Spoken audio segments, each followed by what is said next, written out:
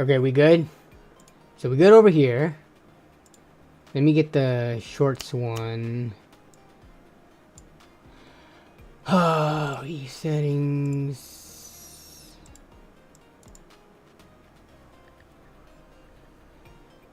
Okay, that was so weird. I think YouTube might have changed something.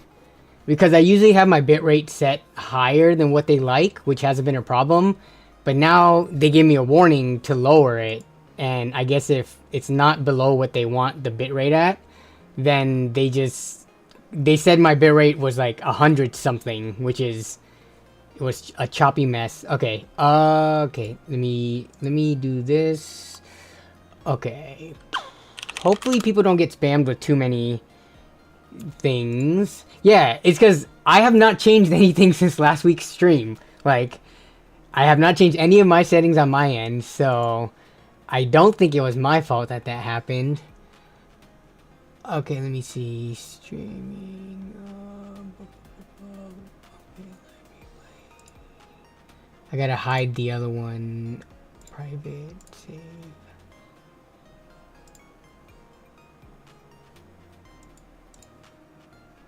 Okay. What's up, everybody? Happy Wednesday. Sorry about the technical difficulties. It only took 4 minutes to fix it. But we're live on both streams, I believe. Can y'all confirm we good to go here? On the short stream.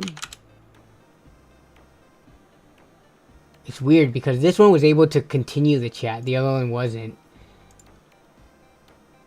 Okay.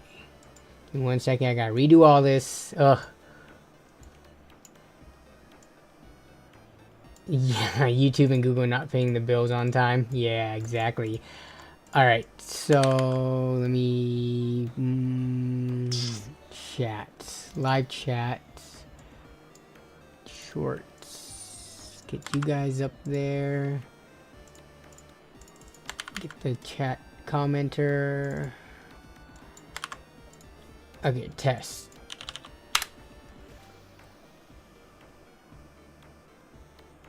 People watching the short stream, let me know if you guys can hear me. And okay, yes, it works. Perfect. And then I can pull up your comments. All right. That was a bit frustrating. It was weird because YouTube said I was ready to go to stream. And then last moment, it poops on me. Okay. Let me get caught up on chat. First in the chat was Staying 2007. Craig Lilly, as always. What is up, y'all? James Ray is back in the house. We got Extreme Zone, as always. Ivan Lee, hello, hello. KL130. We got a lot of the usuals. We got Jimmy C. We got Logan, Donut Farmer. Chase Atwood. We got Snipes in the shorts chat. We got Ivan Lee over there as well. Robert Fix It. What up? What up? Okay, give me 1 second. Man. So I'm in the middle of benchmarking a system right now. And I really need to finish this last round on Diablo 4. Because... when because I need to swap graphics cards, so I'm done testing one graphics card in this system, and when I swap the graphics card to a different one, half the benchmarks want to recompile shaders, which if y'all ever had to experience that in games like Call of Duty, Hogwarts Legacy, Halo does it, Last of Us does it. If y'all ever sat through shader compilation, especially when you have older, weaker hardware, you know it could take a long time. Oh yeah, Forza Horizon does it. I swear, half of my benchmarking suite and almost every new game that comes out nowadays, they need to recompile shaders if you update the drivers or if you change your hardware out. So, only with Dead Space 2. Do I support furries? I mean, I'm pretty indifferent to furries. I don't hate them, but I don't particularly, like, love them, if that makes sense. If furries are happy and aren't bothering people, I have no issues. So let's just say that.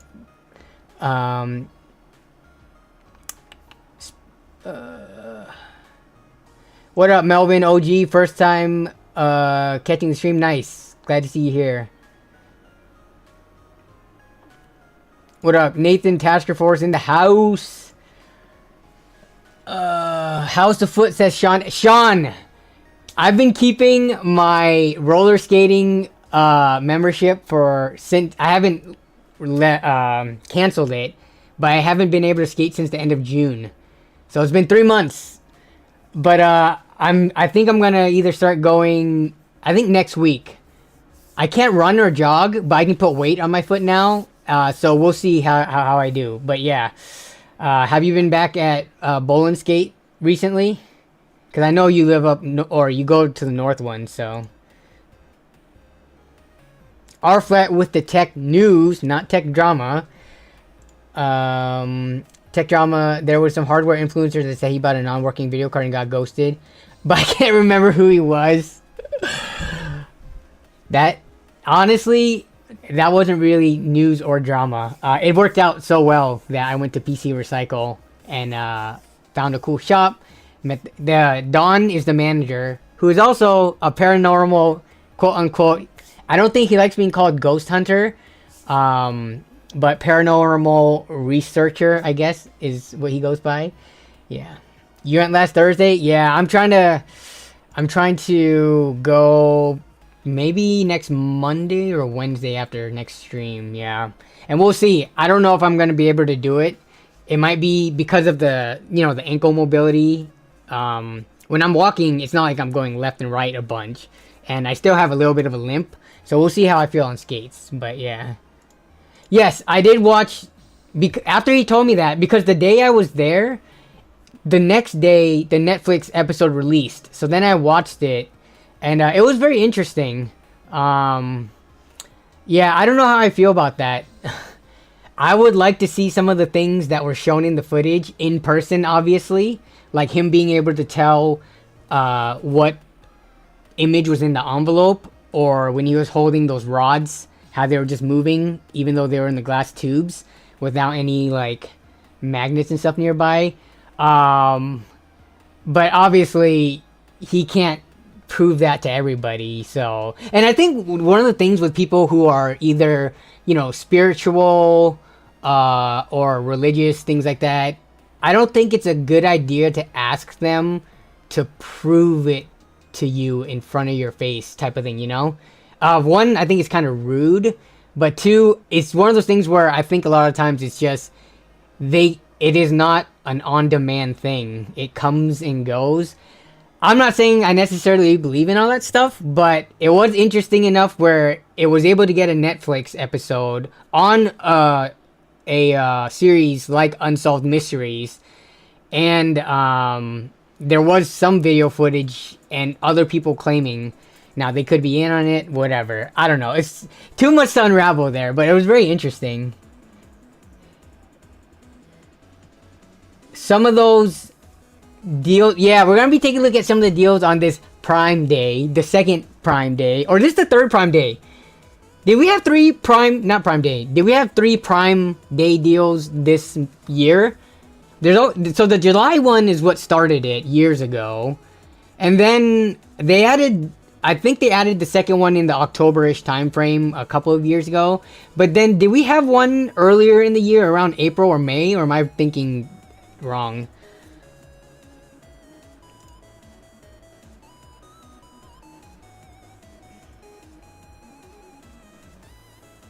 You asking him to prove that he's a ghost hunter or a paranormal researcher would be like someone asking you to troubleshoot their PC, lol. Well, I don't think that's the same equivalency, because if someone asks me to troubleshoot their PC, I mean, I can do it, or at least I can try to do it on the spot. But I guess if you're saying if I'm not able to troubleshoot it, then it would be like him not being able to prove that the ghosts or whatever are real. Yeah. And yeah, it's very interesting for sure. Those are dowsing rods, and those are used a lot for finding locations to dig water wells. Yeah. I was confusing that with also what's it called? Like a tuning fork, but But I don't know how dowsing rods work, but I'm assuming it has to do something with like magnetism, right?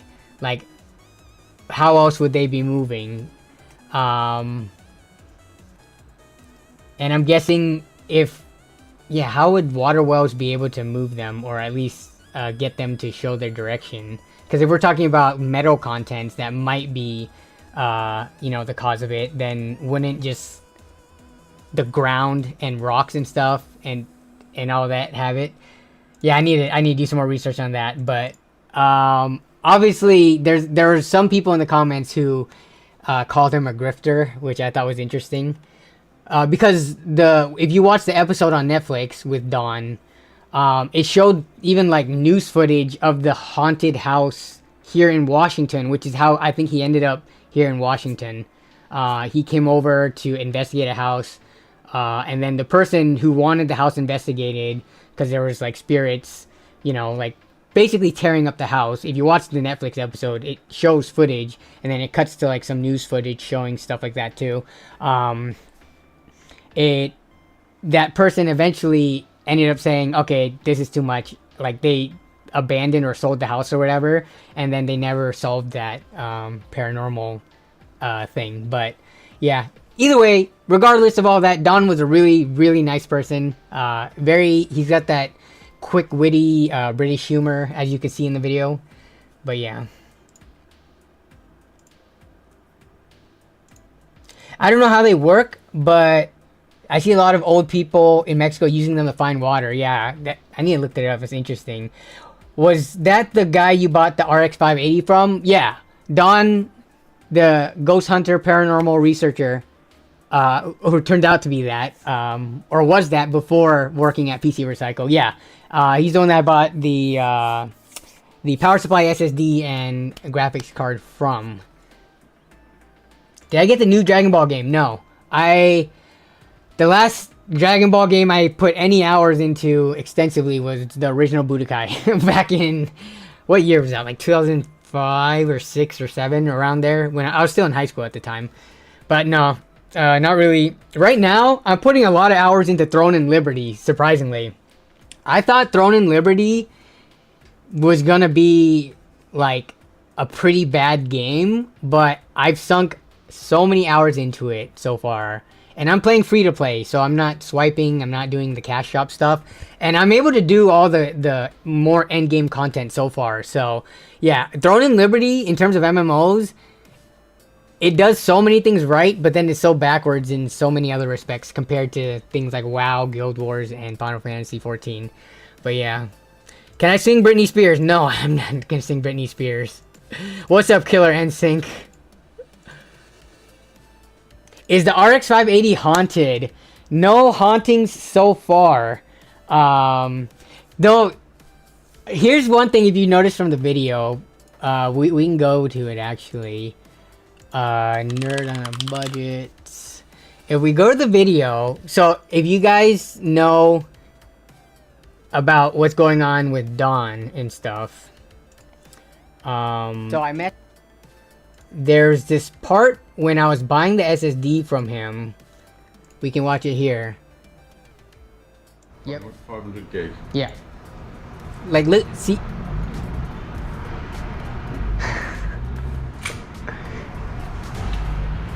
For $22.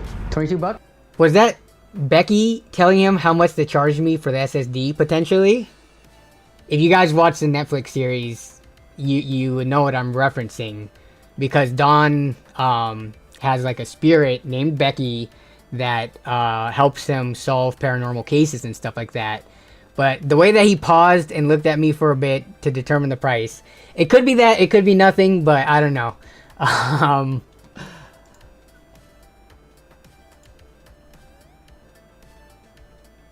Bro's using an ad blocker on his own video. Well, so the thing is, I'm not logged in right now. I think that's fair. But I have YouTube Premium anyway, so it doesn't matter. Like, it's just because I'm an incognito, not logged in. If I had, when YouTube Premium's on, I don't get any ads anyways. So I use ad blocker for other websites. I don't need it for YouTube.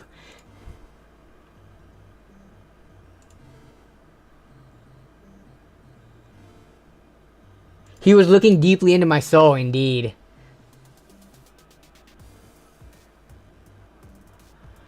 Almost every RX 580 is haunted. I always have issues with them. I actually have, so I have an RX 580 in this system right here. It was an older one that I picked up from the other old guy. Remember when I picked up the GTX 960 and RX 580? The Sapphire Nitro one? That's what's in here right now. I did test extensively the one that I picked up from Don, the XFX one. But for this build, I'm using the other one. And, man, Diablo's just sitting there waiting to get benchmark so that I could swap out my a different card. But I think I'm just going to have to deal with it and stay up late tonight to do all that. So, Premium Flex. Not really a flex. I share YouTube Premium with Jason Whitmer, who's one of my buddies and like a mod in the chat and a fellow content creator, and I forget how much I pay him a year, but it works out to be very little per month. Let me see. Like, it is well worth it. You guys got to consider, I'm not trying to like show for YouTube, or I'm not trying to like put more money in my pockets because I'm a content creator. But you just got to consider how much money you pay for other services like Netflix or Hulu or whatever the heck you pay for, Disney Plus or Amazon Prime. How much do you watch YouTube, especially on your phone? I guess you can get ad blockers on your phone. So people probably don't want to pay for YouTube Premium on desktop because they can just get ad blocker and it's whatever. YouTube's trying to combat that. We don't know if they'll win or not, but whatever. So, okay, get your free YouTube without ads because it's very easy to do. On your phone, it's a little bit more of a pain to do, but I think it's still possible. I don't have to bother with that because I have Premium, and on the phone, that also gets rid of the ads. But, I don't know. It's just, you pay for a lot of different subscriptions and things in life. I feel like YouTube, especially me being a content creator, but even without that, I consume more content on YouTube than I do on any other like streaming service. I probably use YouTube more than I do any subscription service, not just streaming, but like Amazon Prime. Nah, actually, maybe it's tied with Prime because I do buy a lot and ship through Prime. So yeah.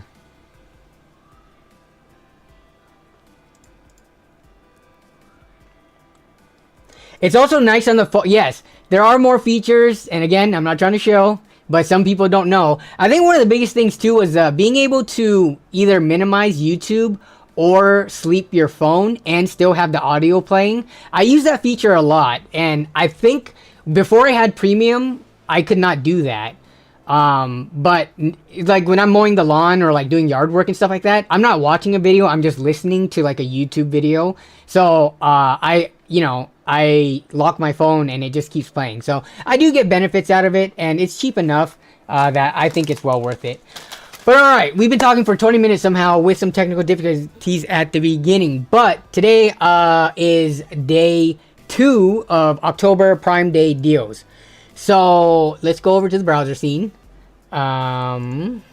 There's hacks to that. Yes, there are definitely hacks to it, but I think depending on your phone, the hacks may be easier or harder to do.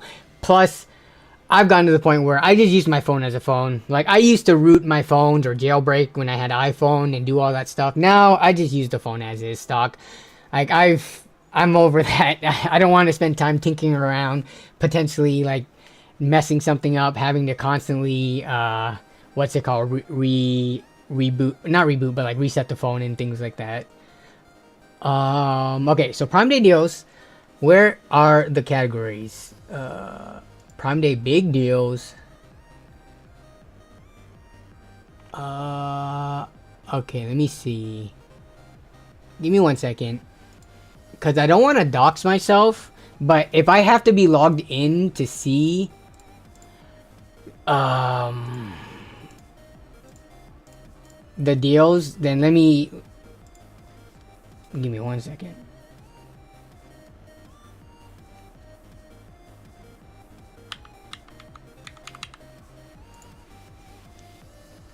Let me make sure my address isn't anywhere around here when I click on an item. Okay, yeah, we're good to go. So as long as I don't go to checkout. Alright, so let's take a look here. Why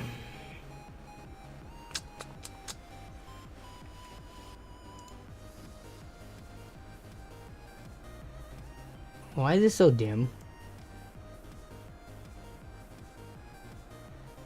Okay, it's because my monitor is set to HDR mode. Yeah, see, when I put the window on a different screen, it's nice and bright. Dang it! Let me change this.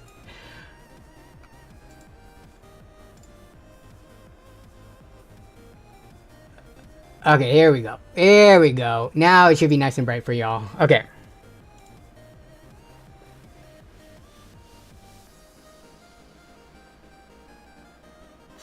Robert Fixit said, I don't think it's prime ideal, but Thermaltake Smart 600 watts made a sale for $40 last week. That's how much the 500 watt normally is.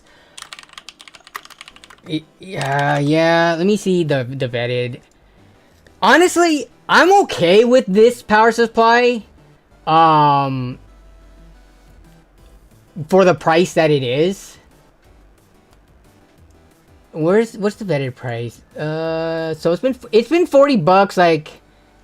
Yeah, see, if we look at the price history here, even over the last 6 months, 40, 45, 45. So it's on barely a sale because it is normally, there's like a long period of time where, here, let me zoom in because you guys probably can't see that. But there was a large period of time, like all this right here, where it's like $40. If it is for the same 600 watt one, and I believe this correctly shows it, because if you go to 500 watt, it'll give a let's see if the price history is different. Yeah, price history. Oh, is it the same? No, come on, update. Yeah, so if you click on the 500 watt one, the price history on that's different. See, that one says, yeah, it's a different pricing chart. So they do track the 600 and 500 watt differently. I picked up, I haven't bought one of these for a long time. Last time I bought one was back in 2020, at least brand new. I would totally pick these up used if I can get it for cheaper.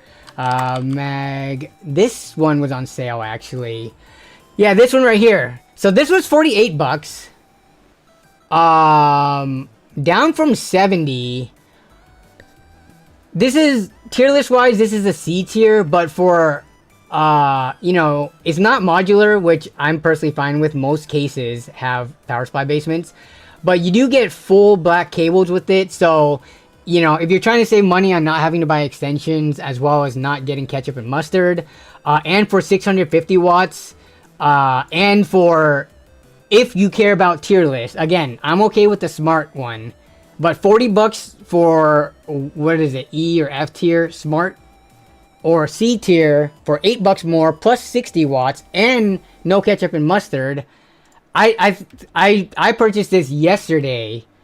This has been on sale since the beginning of the deals, but I always like to buy budget power supplies to have on hand for when I'm building pretty, like, not crazy systems for my friends and family, or just doing budget builds.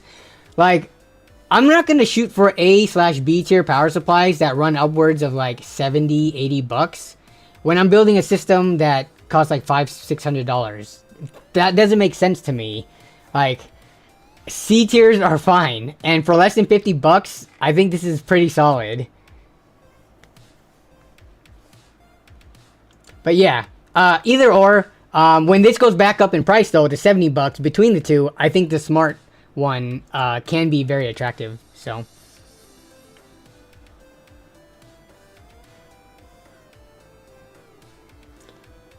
$69.50 XT is on sale. Is that a good price for $480? I mean, looking at the price history, yo, I love this vetted tool, by the way. Okay, let's see. So this is the lowest it's ever. Let's see, new. No, it's been 500 for a while. 550. Let's look at the.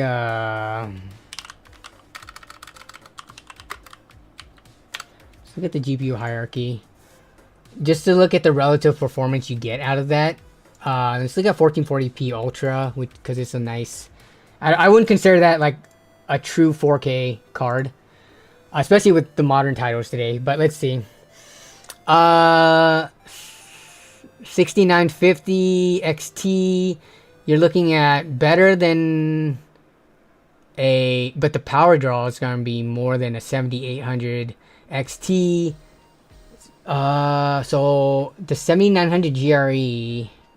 So the 6950, you are in between the 7800 XT and 7900 GRE. The 7800 XT, I think those were going for... I saw on Slick Deals actually. So you can get like this one is 460 on Newegg. If you use if you use Affirm 10 and Affirm Checkout, which is like the little payment system thing, but you could just pay it off. I did this on a graphics card before. You can get it for $413, which is actually a pretty crazy deal. A tier for $70? No, there's no A. On sale, you might be able to get A tier for $70. I said A B tier, and spending upwards of like 60, 70, 80 bucks. But yeah, I don't think you can get many A tiers unless you're looking at like an A tier 450 or 500 watt, which at that point I'm not sure it's worth it. Just go for a B or C tier and get like 650, 700. It's not that big of a deal, guys. A tier is if you are building like $1,000+ system where, you know, eating into the budget is okay. When you have a lower budget, don't go too overboard on that. That's like not having that much money and then buying like my Toyota Yaris and then putting like the most expensive racing tires on them or something like that. Buy like the accessories or the, you know, parts for your car that make sense for it. Like it wouldn't make sense for me to buy the most expensive like air filter or whatever, exhaust or whatever the heck you want for my Toyota Yaris because it is a budget car.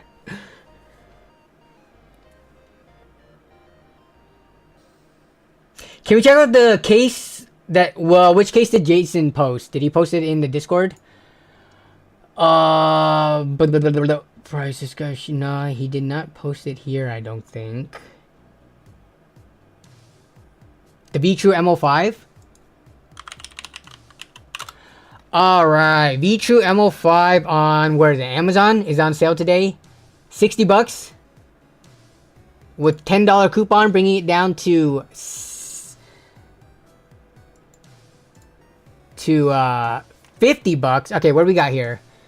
Does this actually come with pre-installed in the rear? So they show this image, but it only comes with one fan, it looks like. According to the title, mesh front panel pre-installed in the rear. Yeah, otherwise they would say pre-installed for RGB fans. They do have it in white.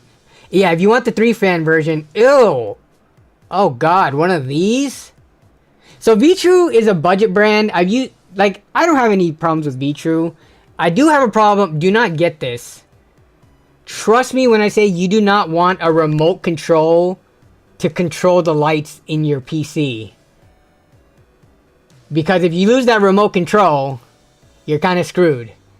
You could try to buy a replacement remote control, though I don't think you can search V-True remote control for this hub. You're just gonna have to like guess on AliExpress, you know, and hope the generic controllers on there can do it. But yeah, if you have RGB, you want to be controlling it either via at least not a wireless controller. Get one that's like a physical one that you press a button on it, like the one that I showed in a recent video. And we've talked about it too. Like, you want an RGB controller kind of like this one right here. Something like this. Because you can never lose this thing. This goes in your system. It connects to the SATA. It connects to your typical 3-pin ARGB header. And you can always open up your side panel to like press whatever color mode you want and be done. But yeah, do not get a wireless remote control. That's just a bad idea. I have these to control my RGB. I have these controllers. Like my RGB lights back here, those 2 bars, they're controlled by this. See, like, I lose that controller literally every day. Yeah. Chris says, I like the ones that you can route your reset button to. Yes, because not many people use reset buttons. So when a case has a built-in controller that lets you do that, I am also a fan of that. Just not a fan of this wireless. But okay, looking at this case, so we're looking at what, $50, because there's a coupon going on right now. I mean, it looks like a solid case. It does have a swinging door handle. I like that a lot. Here, let me link it in case you want to see it for yourself. But, so, yeah, hinges. I wish every case manufacturer would do hinges and magnetic side panel. The popping side panels, those aren't bad either. But, so you get one fan. I wonder what that fan, if it uses, because these look like let me go back to the white one. Like, if it uses these fans, is that a actual fan? Huh. So it looks like the fan does use a standard non-proprietary 3-pin 5-volt ARGB header, which is good, because then you could use it to daisy chain with other fans, because I think you might want to, depending on how cool, what kind of cooling you want to run in your system. I just picked these up, or I didn't just pick them up, but I pick up, oh, here we go.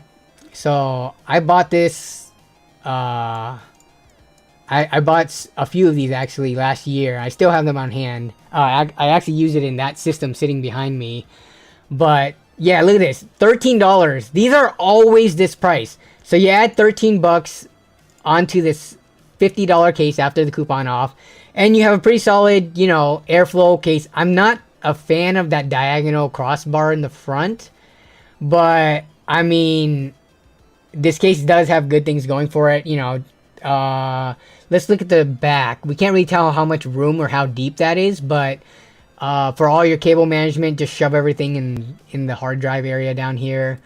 Yeah, I mean, pretty decent, but I feel like there's a ton of budget cases out there. Like,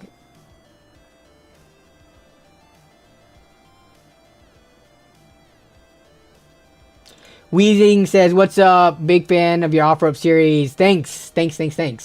Unfortunately, with the weather getting crappier, I do less of the live pickup stuff during the fall and winter, just because it's like colder, wetter, and darker outside. So trying to have someone sit out in the cold, potentially rain, so I could, stick their graphics card into a system and benchmark it for a bit, and having like that conversation.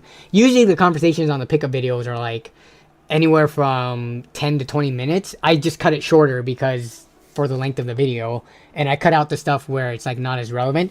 But yeah, I don't think people are trying to do that as much in the winter time as much as they are in the spring and summer. So hopefully I can get a couple more in before we go into like hibernation mode on those. Gaming with Ant-Man. Why am I ignoring my chats? I'm not ignoring anybody's chats. There's like so much chat going on. There's a 4TB M.2 on sale for $199 is what you wanted me to look at. Anyone here running 4TB? Okay.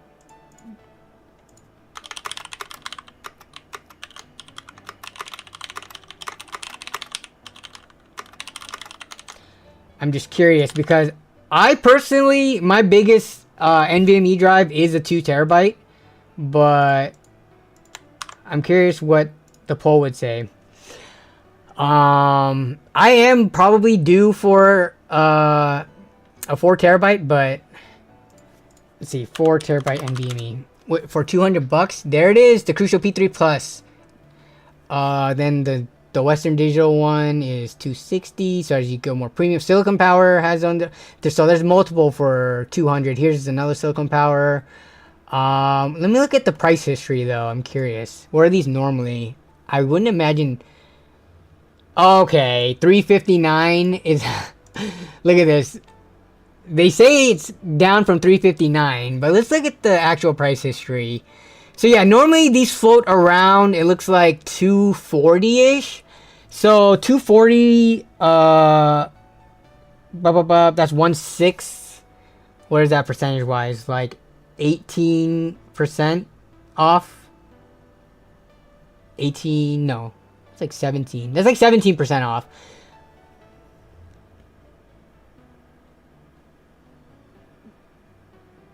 Not me, but Wheeze is right. Yeah, if he's a video editor. Yeah, I'm constantly because again, I use my main system for everything. So I do my gaming on it as well as my YouTube work on it. And I have an ITX. So I think I've not seen any micro ATX or not micro ATX, mini ITX board have 3 NVMe slots. Let me check. Or am I confusing 3 with 4? Like, what do I have in mind right now?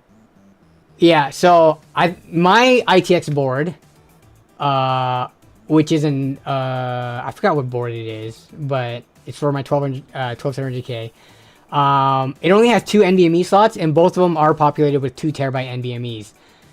I don't know if there's any ITX boards, any of the newer ones, or if there's even like where would you put 3 NVMe drives? A lot of boards do the thing where they have one in the front, one in the back. ITX anyways. With micro and full ATX, you can fit like 2 to 3 in the front easily. But yeah, I could use more storage, but right now I'm just constantly moving stuff onto externals or my NAS.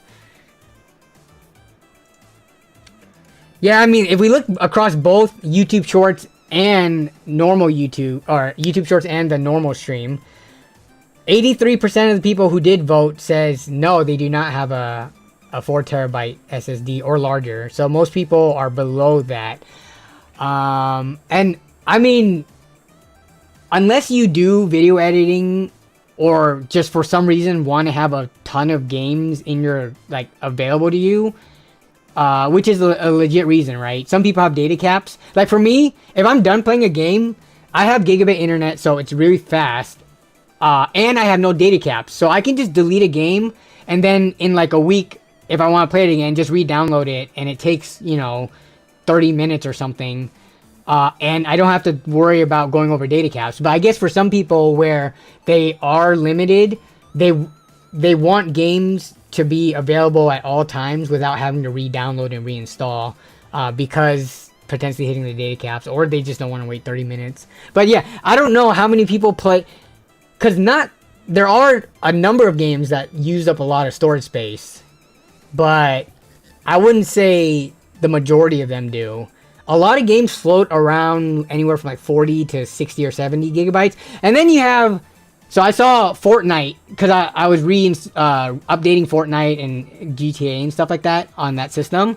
GTA is over 100 gigs. Call of Duty, I think, is over 100 gigs, unless they did that thing they were talking about to reduce the size. I would have to check. But yeah, Fortnite and GTA are both over 100 gigs, and there are a handful of other games that, for one game, is 100 gigs.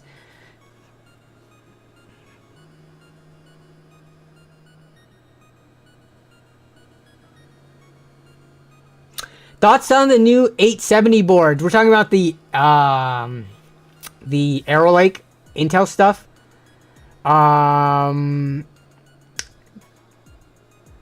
So those, what were the main things for them besides being like PCIe 5 compatible and stuff like that? But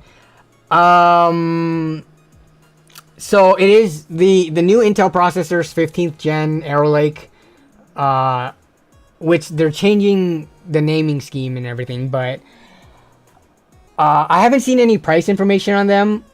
But if it's like any other launch, they're going to be really expensive when they come out. And it is a new what is it? LGA 18 something, I think. You can't use 15th gen on the 12th, 13th, and 14th gen boards. It is a new socket, essentially. So there's no BIOS updating your current 12th gen Intel board to reuse 15th gen. Oh, what are the new Intel ones then? Sorry, I thought you were talking about the new Intel ones. I did not see the news about AMD 870 boards. New motherboard chipset. Arrow Lake. 8-9. So yeah, so this is the confusing thing, and we've had this happen in a couple of times throughout the years, where the naming convention of either the same company rolls over itself and you have similar named products from like 10 generations apart or 10 years apart, and then you sometimes have chipsets and naming schemes from both companies being the same. So Arrow Lake chipsets reportedly, so I don't know what the numbers are going to be. Oh yeah, so the Intel stuff is going to be LGA 1851, so there's more pins. But yeah, so when you said 870 boards, I thought you were talking about like the 800 series boards from Intel, but you're talking about AMD, which I have not seen information about. Oh yeah, that's really it's gonna be really confusing. So I think it's gonna take getting used to, but we're at that point right now where the company's naming schemes have basically caught up, and then eventually they'll either like skip a name or go to a different naming convention, and then they'll be different enough to easily tell apart. But sorry about that. Yeah, I have no idea about the AMD side of things. I'm not caught up to that. So it's because AMD skipped 7 series boards. Yeah, that just happens. Like when one company skips, it can throw things in alignment, which confuses everybody.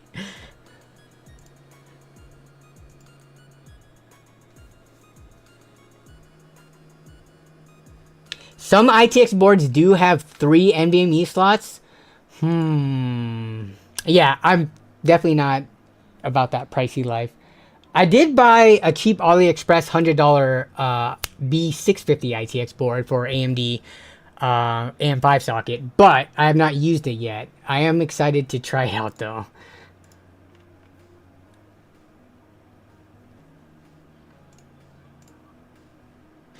So what is the deal of the day? We haven't found it yet. I'm just kind of browsing through the deal aggregator sites to look at and I'm also down to pull. We're not at the parts where we're looking at PC part picker list yet, but if you guys have deals from Amazon Prime days or just any deals that are going on right now, if you submit them to stream submissions on the Discord server right here, then I can pull them up to look at them. But for now, we're just kind of browsing, like the stream title says, to see if there's anything that pops out. This I kind of... So Lenovo Legion Tower, Ryzen 7600, RX 7600, 16 gigs of RAM, 512, for $800. Okay, that doesn't seem too great. For a pre-built and the specs, it's actually not bad. A lot of pre-built companies don't build things this cheap. And if they do, they really cheap out on the parts. We're talking, they put like RTX 3050s or like a Ryzen 5600. This has pretty current gen parts. It's kind of lacking on the SSD, to be honest, at the $800 price point. But again, the pre-built customer base, they are looking for just the convenience of not having to piece together a system. I'm very curious though. This is from Lenovo.com. If I can open this thing without ad block canceling me. Give me 1 second.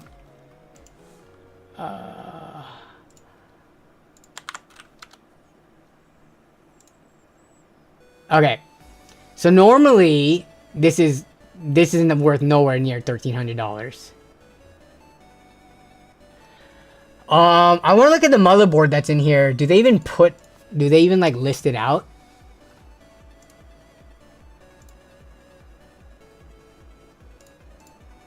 because you are getting like Windows 11 7600, both 7600s. Again, confusing. You get RX 7600 and the Ryzen 5 7600. But okay, you get DDR. It is a DDR5. Oh yeah, because it's AM5.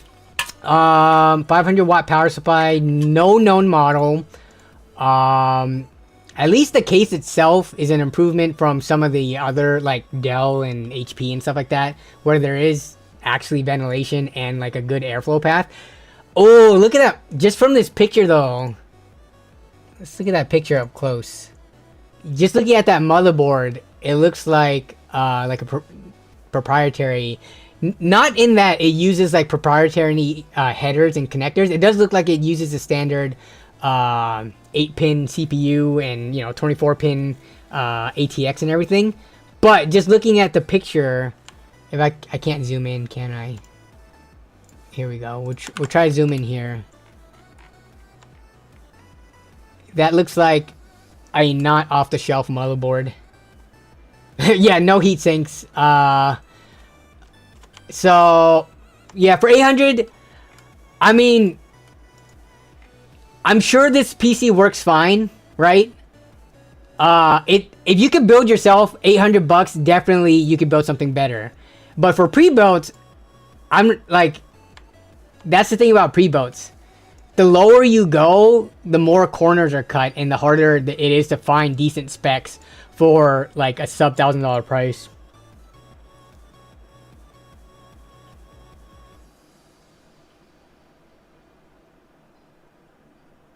Can an old Intel i7 work in a newer socket? No. Well, it depends. It depends on the generation. You have to like okay, so just a little. So let's just look up i7 6700. I don't know why that came to mind. It's probably because I owned this processor at one point. So look up your processor. Go like if you type in your processor's name in Google, you can go to their website and you go down. You go all the way down until you get to sockets supported. So this is an LGA land grid array 1151. You can only use this CPU in 1151 sockets. So for something like let's see, a 14600K, right? And then let's look up a 12600K, which this spanned 3 generations, 12th, 13th, and 14th gen. So like 12600K is where is it? LGA 1700, if I can find it. Where the heck did they list it on these ones? Okay, yeah, see, this one's LGA 1700, and then if you go to the 14600K, and when you look up the same thing, this is also the same socket.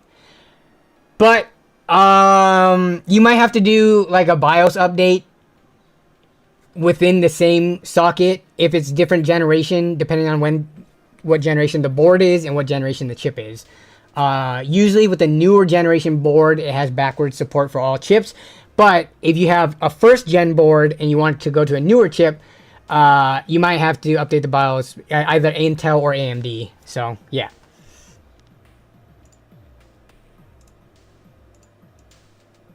I get it now, so I just need CPU upgrade. RIP, but thank you, sir. For sure. Glad to help.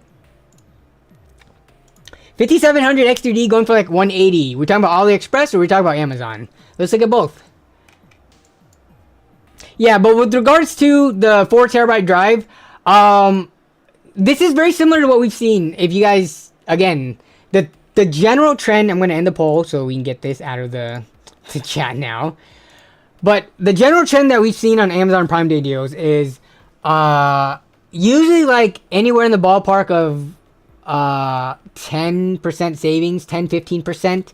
And usually for parts like memory, SSD, cases, power supplies, they seem to be a bit more stingy when it comes to giving nice discounts on processors and graphics cards.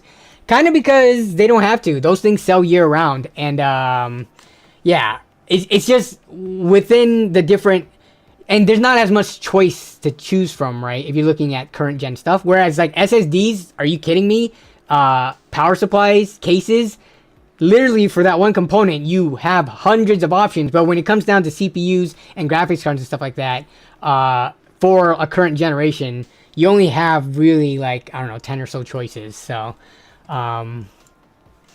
but let's see, AliExpress 5700 X3D, which if you do have AM4, I don't know if AliExpress ever cares when Amazon and Newegg does their sales, but it would be funny if they also lowered the price.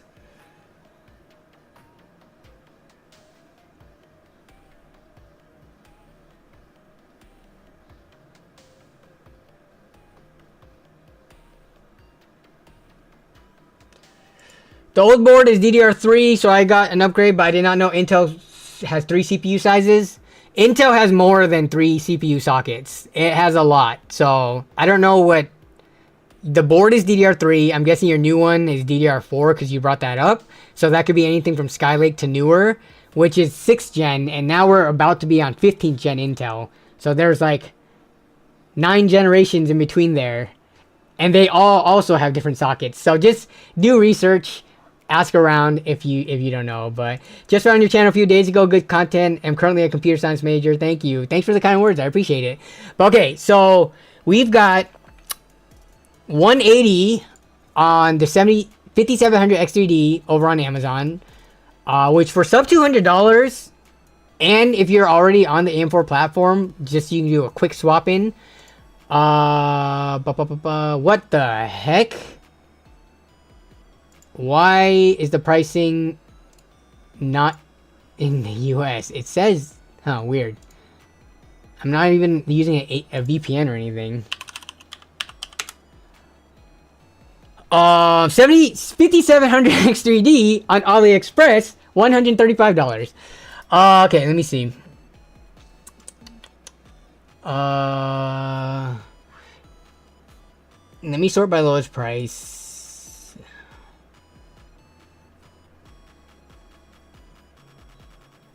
Let's look at the store real quick. Because the thing about AliExpress is if something is too cheap. Yeah, this is a legit store.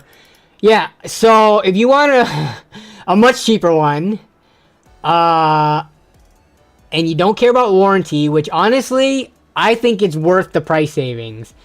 If it was like $10 difference, sure, buy it from Amazon, get it quicker, get the warranty. But we're talking $45 difference here. That is when you go to AliExpress. And having bought multiple CPUs from AliExpress, they've come to me in 7 to 10 days. So it's not like it takes a month or anything buying from AliExpress.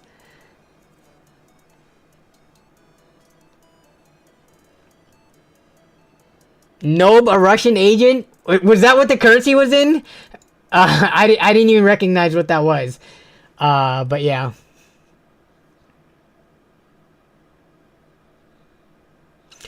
Murphy says, opinions on the EVGA GTX 1080 classified. Opinions on it? Let me see.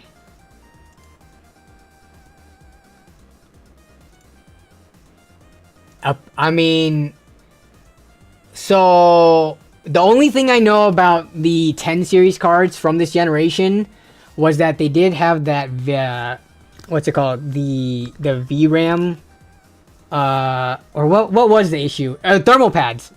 Was it the thermal pads on the VRAM, if I remember correctly? I had to do a thermal pad swap thingy on 1070 that I bought. But I mean, I also have not seen much about the classified specific card. I can see that it does have this unique red look to it. I mean, I don't have any special opinions on it other than if it was what not all their cards required the thermal pad swap, which they did send out kits for. I don't know if they would still send out a kit nowadays. You might have to find your own thermal pads on like Amazon or AliExpress and get the right thickness to replace it. But I mean, if I saw this in my market for like $100, I would probably pick it up. Like, yeah. But I can see why you can't find too much information on it, because it's not like the For the Win or the all the other ones that they had. This looks like a little bit of a rarer one. Yeah, I don't know too much about this one, so.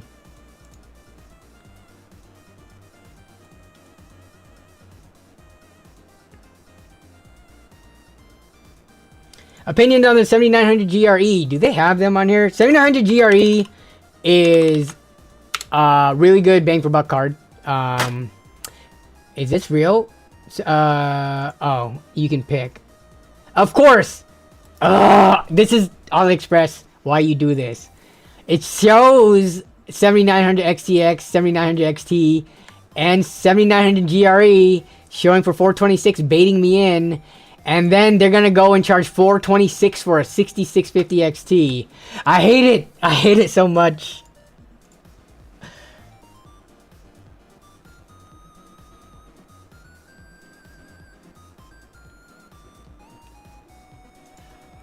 Oh, give me 1 second.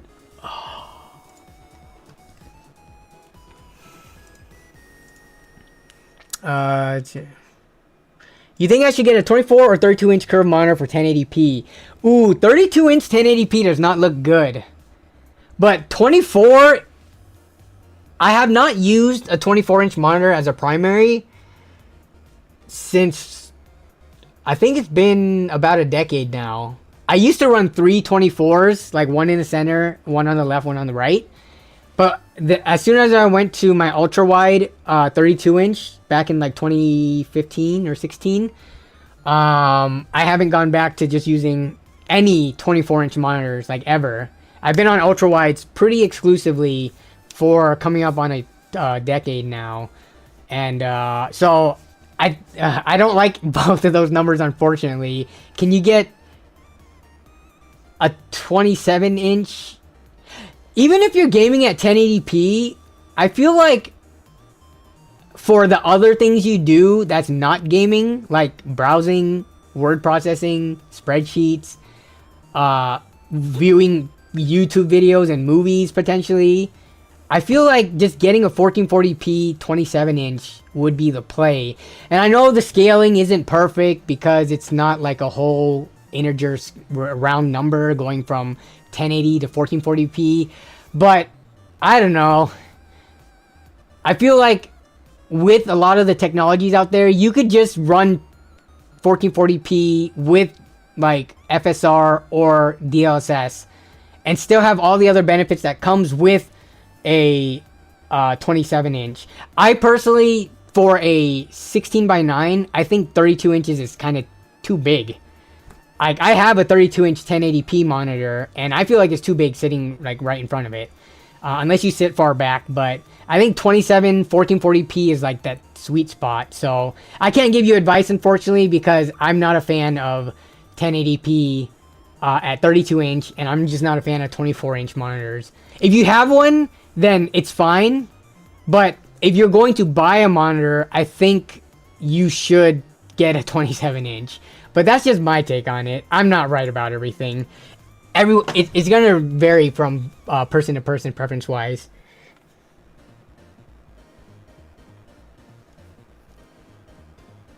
It's just a 1660 Super. Yeah, DLSS isn't an option, but good guy AMD is around, and they have FSR that you can use with your 1660.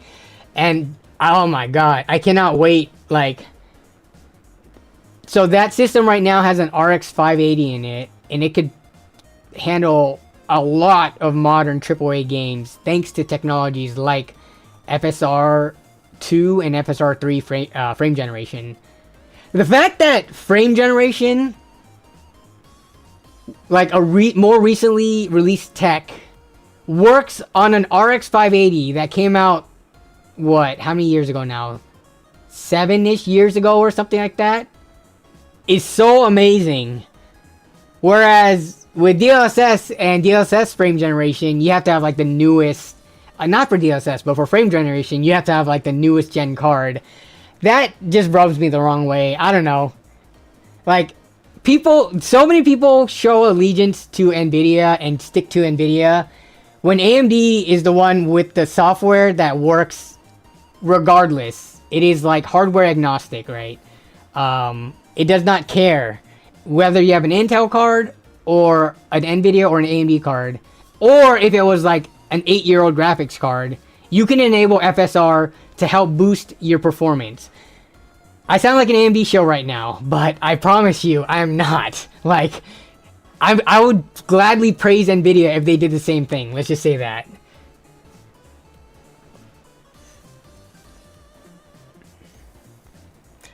How much would an RX 580 from a HP pre-built be worth barely used? Are you trying to sell it? Because if you're trying to sell it, I don't, whether it's barely used or like pretty used, people don't care. Used is used. Those go for around like $50, pretty consistently. So, but I don't know what the HP one looks like specifically. HP RX 580. So it's like a single fan one, it looks like. Oh yeah, this one. I mean, I like the RX 580. It is like that. I bought one in the latest video. I gave one to Logan. I'm testing one right there. RX 580 is it. To me, it gets that legendary graphics card status. Like it goes along with like the 750 Ti, the GTX 1080 Ti. I think RX 580 is up there with some of the most legendary graphics cards within the last decade. And also, I think some cards that should get honorable mention, maybe not legendary, but really good, is like the RX 6600 and stuff like that. Just given how much like the prices come down and how affordable they are. I just think great bang for buck value cards, but yeah.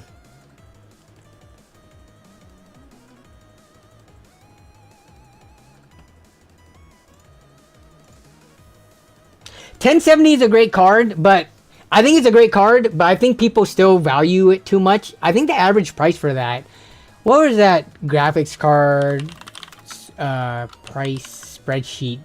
Here, let me look. It was linked. I'm pretty sure I pinned it. Okay, yeah, this Google Docs from Reckless. So if we look at so what are we talking about here? 1070. 1070 Ti's are going for $90. Where's the plain 1070s? 1070s are going for 75 on eBay. I guess that's I feel like that's a little bit pricey still. Let me see. Because I think this pulls it automatically. So let's see if that's 75. If I wanted to buy one right now, because I do not deal with bidding. Non-parts only. Yep, that's a parts only one. Not working. Parts only. I'm pretty sure they filter out the broken ones. Yeah, so this one right here. Let's see if it's worked. This is a 0 seller though. 0 rep. I don't know if this is trustworthy. I mean, you could try it. Seller assumes no description. The thing is, if you're gonna like, do y'all think this is a scam or not? $70, Zotac, used condition, which on eBay used means working. It would have to say parts only if it was broken. I mean, I understand some people make eBay accounts for the first time, so everyone starts at 0, but the pricing just doesn't seem aligned versus some of the other ones. Like, here's one from an actual seller. 76 plus 8. So we're talking about $84. So it's not too far off from this spreadsheet, but this is the average used price, which means if the lowest one got sold, the next more expensive one, whatever. But yeah, I think $80 for a 1070 is a little too expensive. I think like I would be like 70 solid would be like my cap for paying for a 1070. But you could argue that's only a $10 difference. But when you're talking about less than $100, $10 is a lot.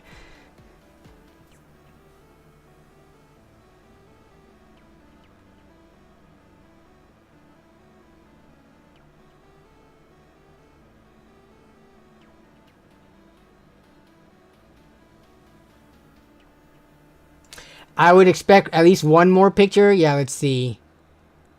There's one picture only. Can we reverse image search this? Let's take a look. Did they just pull this from the internet? No. At least Tiny Eye didn't recognize it. So, I mean, they could have actually taken this picture. Either way, you could try to buy that, but it's still 82 bucks. Like, I still think this is too expensive. But I do like the 1070. I personally use the 1070 in my system for a couple of years because I got a really good deal. I bought it for $200 during the mining craze back in 2017-ish, I think. 2017 or 2018, I forget what year. But I bought it when they were easily going for $300 to $350. So I use the 1070 and I like it a lot. We got a super chat in the house. We got a $20 super chat from Brad in the short stream of all places. All right, Brad D, what do we got here? Brad D says, hello, I have 5 1070s and 9 570s, 580s from my mining days. I would like to donate for you to help whoever needs them. I can drop them off for you. Wait, Brad, are you in Washington? First of all, you donated money to say that you want to donate these cards to me. Are you serious? This is, first of all, I am super grateful. And just a disclaimer to anybody out there, because I have been donated parts from people over the years. I never profit off of anything that is sent in to me from viewers. I either use it for testing purposes until I can find a good home for them. So, the 580 I gave Logan, I actually bought that one. But like previously, someone gave me, during a meetup, they gave me a GTX 1080. This was like a year and a half ago. And I ended up doing a giveaway to give that one away. And yeah, just any hardware that I get donated, I do not sell it and pocket the money. I definitely make sure it goes to other people. But Brad, you're in Bremerton. Okay, so you're across the water. Are you on this side of, like the Seattle side often enough? I would definitely take you up on your offer, and it would be awesome just to meet, you know, a viewer in person, because there's only a handful of viewers in my local area anyways. But yeah, for this would definitely warrant a meetup, and if you're cool with it, a video. So, yeah, let me know. If you're in the Discord, we could chat about it more, but yeah, that would be awesome. You used to work in Bellevue? Okay, yeah. I'm in Lynnwood, which you know where that is, so...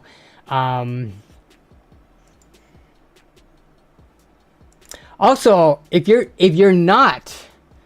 First of all, I should be coming to you for this, so... It's just because you mentioned drop-off, but I should definitely be coming to you. So, if anything, if I could work out... coming over to Bremerton... Probably would take the ferry, because driving around is very annoying. But yeah, we can work out the details, because obviously with you donating it, I want the least amount of effort on your end. So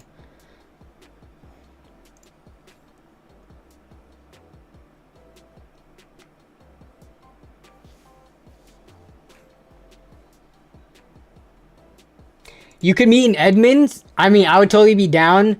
Yeah, let me see. Did you say anything about if you were in the Discord or not? Because that would be...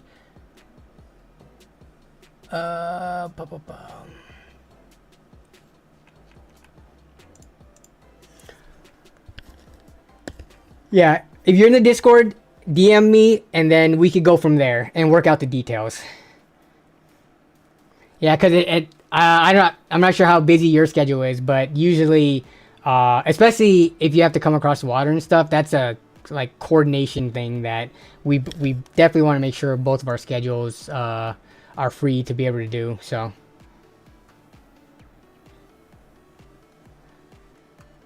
what's the fastest GPU I have on hand? I think the 4070 Ti. If you're willing to join the Discord, or if you want to email me, whatever's more what's it called, convenient. But Discord link, it should be in the description, and then sending an email works too. I'll make sure to check for it and not just have it be lost in the abyss of whatever companies email me. Also, Brad, so RB says, let me buy a 1070 and donate the other 4. So in the Discord server, if y'all didn't know, we do have a buy sell trade section. And with this, it's similar to hardware swap where you could post something to sell. Wow, someone is trying to sell a 4080. That is a very pricey thing. But again, if you do use like the buy sell trade section, do it, be smart about it. Use PayPal, use goods and services. The thing about this is that because we are a smaller community, hopefully that means the people that do participate in the Discord aren't scammers, or there's a lot lower chance of there being a scammer. But again, you have to treat any online transaction as if, you know, the other person might be trying to scam you. So even if someone is in the Discord, just like on Hardware Swap, if they're trying to convince you to buy something and not use the proper protections like goods and services, if they're asking you to pay with friends and family and stuff like that, take that as a sign or a warning. But yeah, also, if you want to sell any of those cards, Brad D, because again, I think, like, because they're your cards, if you can make money from them, I would prefer for people to sell their hardware and make money, because that's what this channel is about. It's about helping you guys save money and making like good purchasing decisions, stuff like that. I would only want to accept the cards if that was like the last resort. But if you can sell them and the money goes into your pocket to help yourself, I would prefer that, because I already feel guilty taking anything from people. But if they insist overly, then I'll take it and try to find good homes for them. But yeah,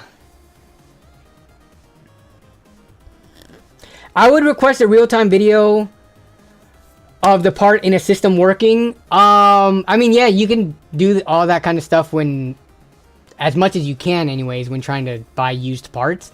But like we saw, I'm not sure if you guys saw the scam video recently, someone buying an OfferUp, or no, Facebook Marketplace RTX 4090, the person sent them a video of it working, and when they got home, the chips and the VRAM were removed.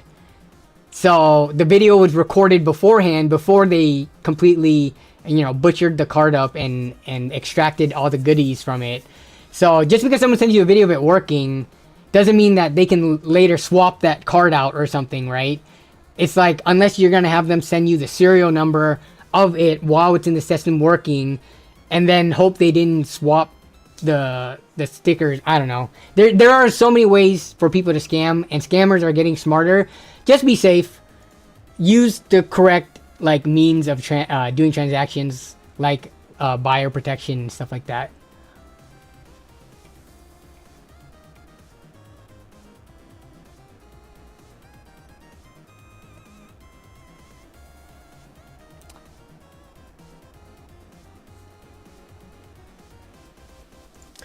Danny, have you ever met Kyle from Bitwit? Yeah, I've met Kyle pretty much exclusively at LTX up in Canada, the convention that Linus throws. Actually, wait. He wasn't at this most recent one, so it was only in 2019 when I met him. But yeah, me, Ozzy, and Chris met him, and Jay at the same time, while they were at the creator area. We were just like talking to them a bit. And then we asked Jay if he had a tool to fix the graphics card that we dropped the night before. And then Jay just fixed it with his bare hands, which was pretty cool. But yeah, other than that though, I'm trying to think, I don't think I've had like a real one-on-one, like in-length conversation with him. But yeah. They've made you plenty in crypto, still have boxes for most? Yeah, that's awesome. Also, which crypto were you mining, if you don't mind me asking? I'm just curious. Were you doing like altcoins, or were you doing the big, what is it, 3? What are the major ones? Bitcoin, Ethereum, and then what was the man, crypto is a whole conversation. Is it Litecoin? Was that the other one that was pretty... let's see. Yeah, it was like back, we're talking back in 2017, 2018, when we're talking like the big three. It was Bitcoin, Ethereum, and Litecoin, right?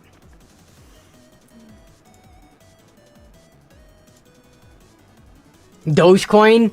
I don't remember when Dogecoin came about, but I don't know if I would consider it a serious crypto. I'm not a crypto expert by any means, but Dogecoin to me always came off as a meme coin. But yeah. How are we already an hour and 20 minutes into the stream? We're talking about a bunch of stuff, and let's see, no deals submitted so far. A lot of people are saying today is scam day deals because there's not that many actually good deals.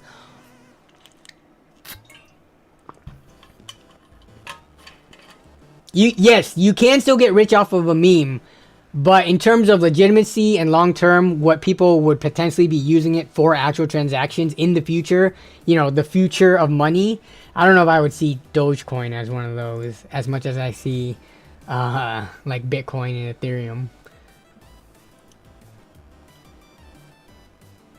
You can find enough information online to argue that every altcoin, even the crappiest of crap ones that are completely dead right now, is legitimate and can be a currency of the future.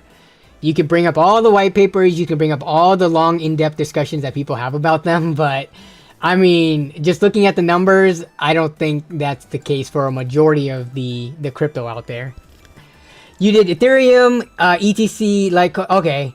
I had my own pools as well. Emailed you. All right, sweet. I will definitely check that out after the stream, and then we can figure something out. Yeah, that would be very cool.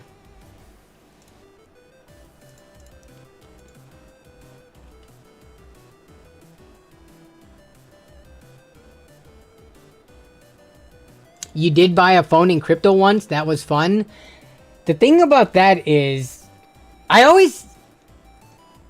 guess the prices are more stable now. Well, at least with the big coins. Some of the altcoins, especially back when, what is it, 2018-ish? 2017, 2018. The prices were so volatile. So I don't understand, like, accepting a crypto, like, whatever coin or currency as a payment method. Only for it, like, at the time, you took $100 worth of crypto. And then 10 minutes later, it could be worth like 80 or something. It's so volatile and it changes so much that I don't know if I would ever... Or same thing as, like you said, you bought a phone, right? You could have bought the phone with $400 worth of whatever coin, and the next day, for whatever reason, it jumps up to $550 or something. It's just like buying with stocks almost. And then I think the biggest turnoff for me, especially when I was trying to like get into it and invest and buy coins and stuff like that, and then move it around to places, paying the fees, and how long it took to actually transfer stuff. Yeah, I'm like, seriously, people said this is the money of the future when I could literally PayPal or Venmo like people pretty much instantly, and it's good and backed by whatever app that is. So I never like super got into it past that, but yeah. Mr. Glass says, I learned how to build PCs because of you. Thanks, for sure. I appreciate that. I was mining from 2015 to 2023. Card's been boxed since. Dang, 2015? So, I'm trying to think of what was Bitcoin prices in, or at least Ethereum prices in 2015.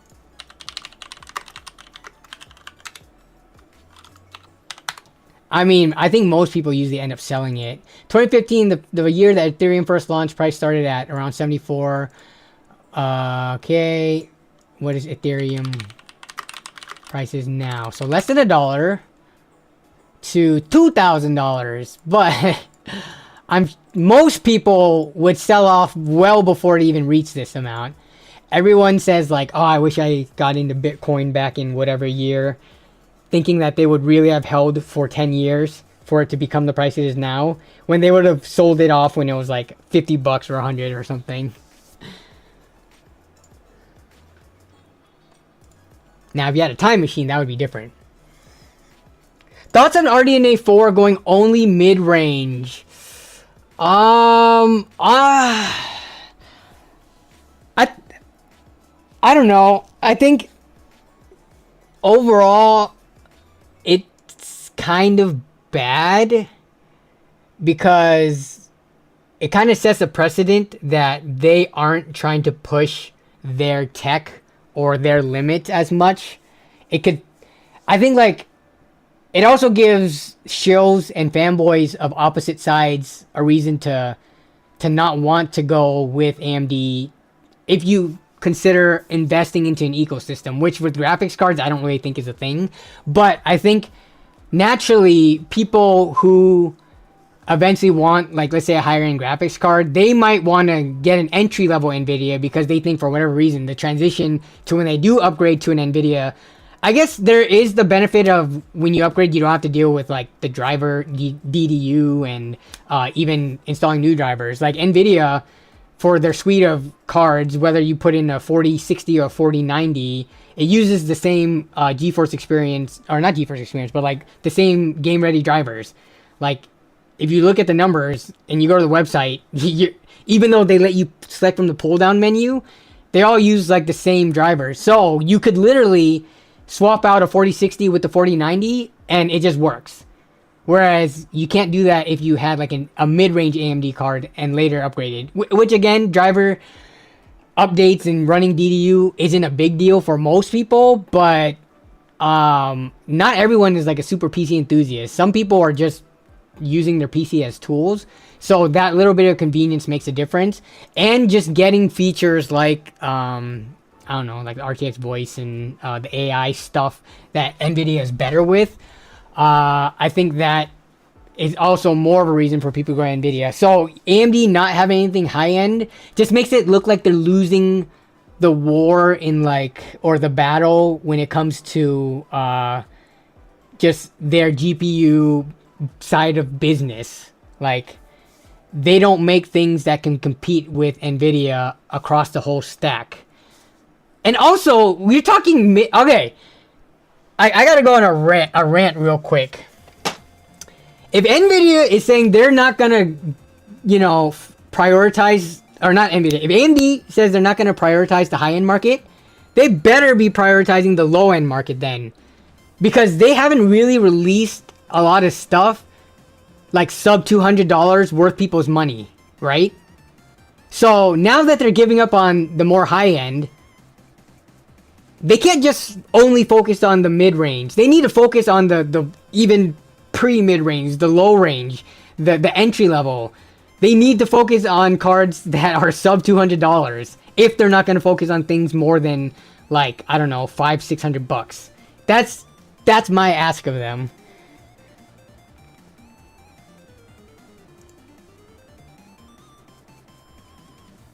Wonder if Becky could get me Satoshi's keys. Exactly, I know, right? I just realized I've only bought AMD new and NVIDIA used. 6 of each over the last 8 years or so, lol. Probably because AMD new is usually cheaper than NVIDIA, and you would have to buy NVIDIA used to be the same price as AMD. Yeah, NVIDIA's just got that premium still. I would love to see AMD focusing on the $150 market. Me too. Just like give people a card that they could buy brand new, that they could play games at 1080p, most of the modern titles. Like, okay, like what card would you want the AMD to release? What equivalent card at $150? I'm thinking by this point, it better be something that's around an RX 6600. Maybe not 150, but 160 to 180 around there. Because how much is the RX 6600 right now? The last $200 card I had was the R9 270X. Great card, by the way, the 270X. That was about equivalent to the 7870. I think it was a little bit better, but like let's see what are 6600. So 6600s are pretty regularly $200. Oh, renewed is 174. So yeah, if AMD can release for the next gen of cards a card that is like the RX 6600 at like 170, 180, I think that would help, but honestly, the closer they can get to 150, the better. Because the 6600 is still a really great card. But, you know, to some people, that $50 difference from 200 to 150 is a big difference. When you're working with like $600, that's a lot of money. Sure, there's a 6500 XT at 140, but yeah, no.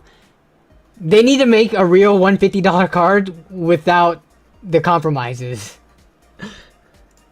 Why not make a 6550 XT? Yeah, I mean, if honestly, no, just what's the next series? It's gonna be the 8000 series, right? So we need an 8500 or 8500 XT that is the performance level of an RX 6600 for like 150, 160. We'll see if we get it. Then we can come back to the stream and said, "Yay, we predicted the future." I would love a low profile 8GB RX 6600 at like 160. Yeah, we'll see, man. Like, if they're not gonna do the high end card market, like, they'd better shift those resources to the more entry level. Like, I don't know, just I feel like there are more people out there who have less money to build a PC than there are to build like the most expensive PCs. If it's a margin thing, then it's a difficult like formula to solve.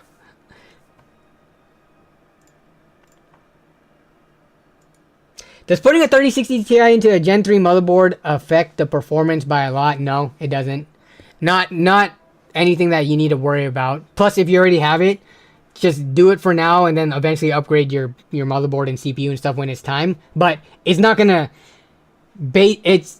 there might be performance differences in some titles. It's very small though, and even if there was, like, I always go back to, like, do you care about getting 95 or 90 FPS versus 100? I mean, sure, you would love the performance, but you already have the Gen 3 motherboard. What are you going to do? Buy a crappy graphics card that doesn't even get to 90 FPS? So just use it for now and then upgrade your motherboard when the time comes. That's the advice I would give.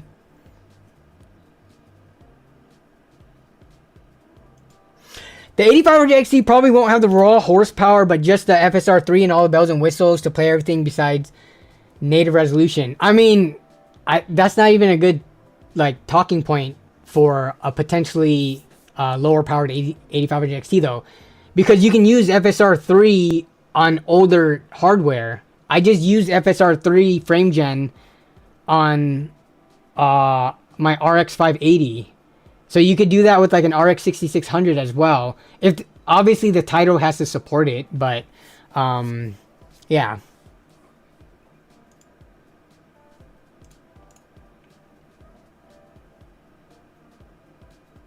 I love how this person's name is Turd on AMD has a picture of my profile with the poop emoji on it. Like, I live so much in their head rent-free that they went to make a profile, or they could be trolling, I don't know, but either way, I find that funny. That they went, you get some kudo points for the effort, but until I figure out if you're just trolling and being funny, or if you're actually like anti-AMD for whatever reason, then we'll just leave it at that.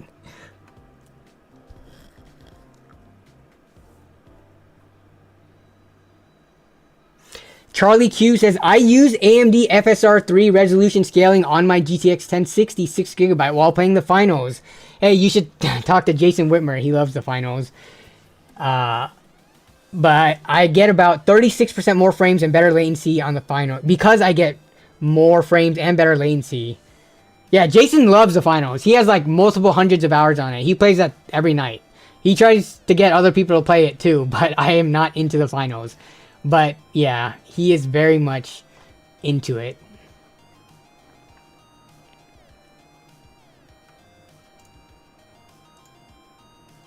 Being anti-AMD over anti-Intel is pretty crazy to me. Being anti-anything is crazy. Why do you gotta be anti? Just don't buy their products. Wait till their next release cycle and see if there's better stuff or less problems. Like, just because Intel messed up with the 13th and 14th gen chips, that does not faze me one bit. I'm just not gonna buy those products and hope that they improve next gen, because the better every company does, and when you aren't forced to choose a company, you hear it all the time. Competition is good for the consumer. But when you have, do you guys not realize what just happened recently? Everybody flocked towards the 7800X3D because Intel became not a viable option due to all their problems, and the RMAs, and then them having to release the updates, microcode updates, so that the chips wouldn't kill themselves. Everybody flocked to AMD, and then what happened? The prices of 7800X3Ds went up because it was only third-party sellers and there was no stock. So anyone who's happy about one company failing over another, you're just asking for prices to increase, and we just saw that in the last couple of months. So y'all can keep playing your I prefer this company over another, but just know at the end of the day, that screws you over. Come on, guys.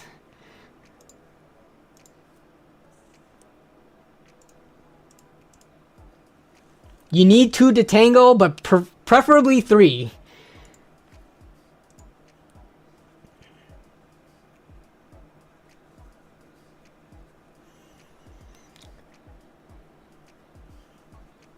Yeah, this is a good take. Boycott the products, not the company. Oh gosh, don't ask me Linux stuff. I'm not the person to ask for this. Where's Craig Lilly? First of all, I appreciate the super chat, but I have not played around with Linux just because I do not have time to, and I am a gamer. So I hear it all the time. We've talked about this in previous streams. Linux is pretty good for gaming now, but I don't want it just to be pretty good. I want it to be as good as Windows is in terms of not having to tweak settings, not having to do workarounds, not having complete whole games be incompatible with the operating system. Yeah. And I just haven't had enough time to dig into it. So I cannot recommend it, but if anyone in the chat would like to recommend what versions of Linux or distros that you are using for Juan Perez, it would be greatly appreciated, because I cannot help with this one. I'm sorry.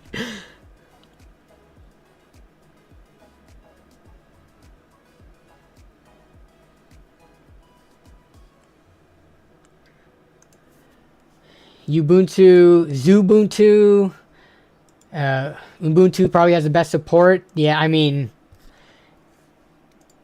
where's Craig Lilly uses a specific one, doesn't he? Mint.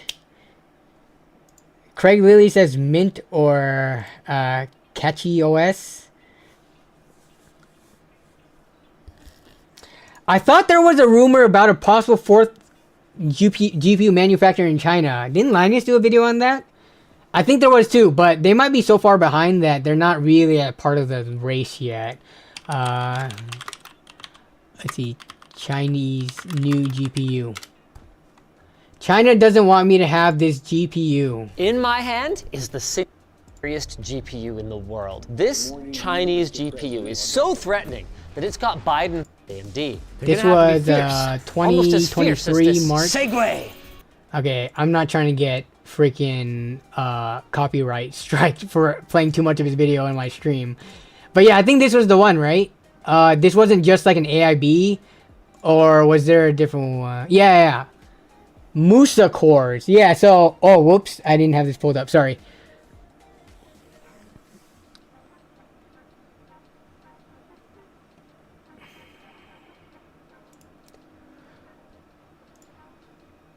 Okay.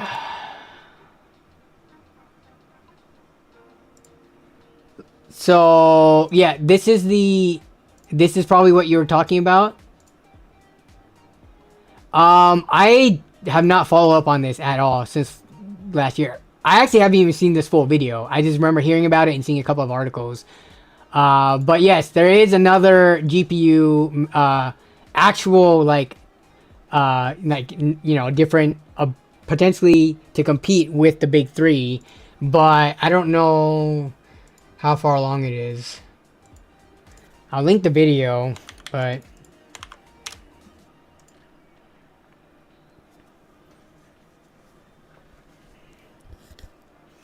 thanks everyone for recommendations, says Juan. So yeah, thank you all for helping out for something that yeah, not even gonna try there.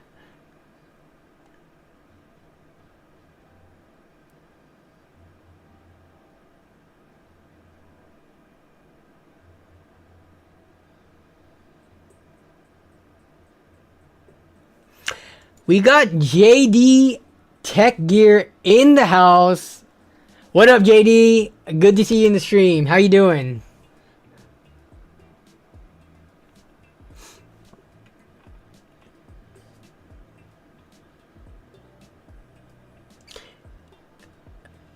Steam is investing into Arc, so find something based on Arc.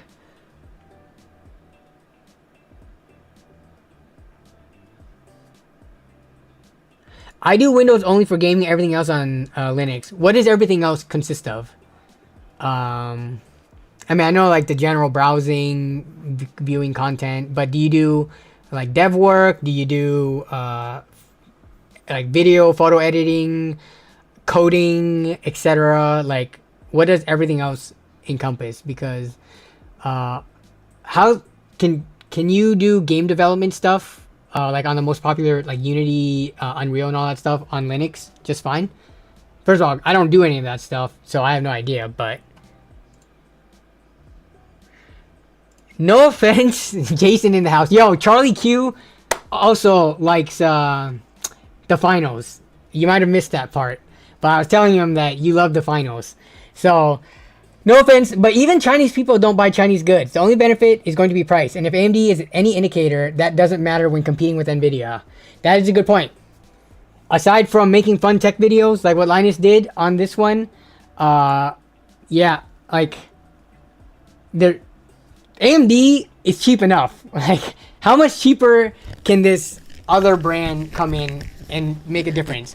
Intel is a well-known brand, name and brand that's been around for forever, and they're even struggling to get market share on their graphics cards.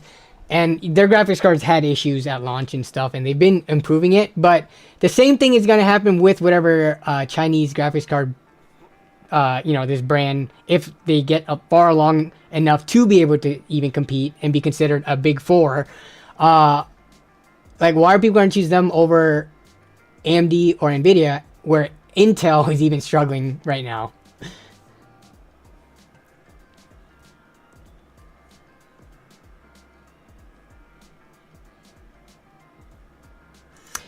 MGZ8 says MSI Pro H10 motherboard with a...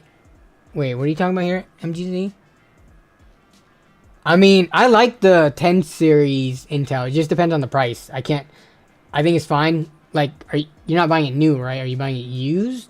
Or at least at a pretty good discount? Like, if you're gonna buy new, why not just go 12th gen? And then you have... Even though the upgrade path, people are gonna complain about 13th to 14th gen, the fixes are there, and you could still get stronger processors. But I still like 10th gen stuff on Intel if you're working on a tighter budget. I think 10th gen was a phenomenal generation. 11th gen was like a meh, but if you could find, later on an upgrade to pop in, it's fine. But yeah, 10th gen is hot, boy. What, they blow up Corsair PSU? I'm not sure if that was a thing. I know plenty of people with 10th gen chips. Was that a thing?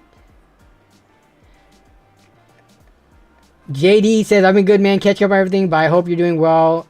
And I'm pumped for the land video drop. Thank you. I appreciate that. JD, I do randomly go check your channel from time to time. It doesn't show it here because I'm not logged in, but just in case, just because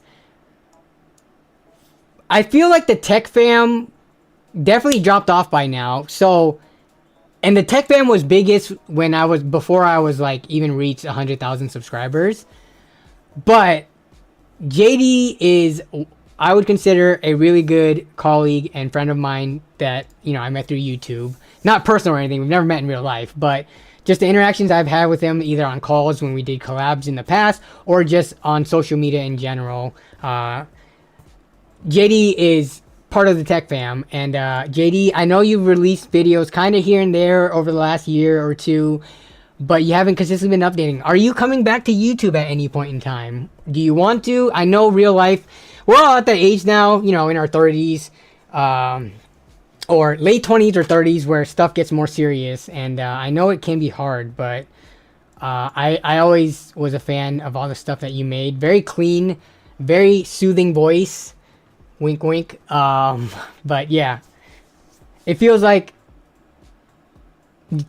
just the whole tech scene, the PC tech scene, and just all the people that I know now versus, you know, 4 or 5 years ago. It's so changed. I know like Ozzy, Mark, Zach, and stuff still make content, but there was a number of drop-offs, not just within the tech fam, but like what, BPS Customs.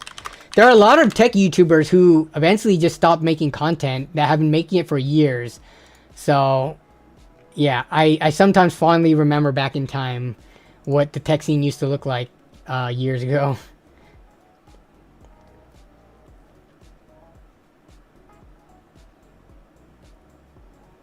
I found a used chip for $50 and a mobile for 45. Oh yeah, that's pounds. What's the conversion for pounds to USD? 1 USD to 1 pound. So that's only worth 76. Wait, my head hurts. Are parts that expensive? Actually, no. We're talking about the 10400F. Those are still pretty.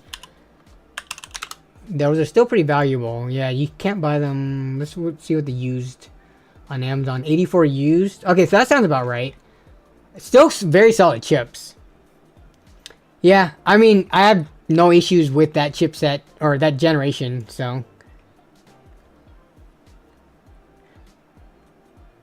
Tech of Tomorrow. Tech of Tomorrow.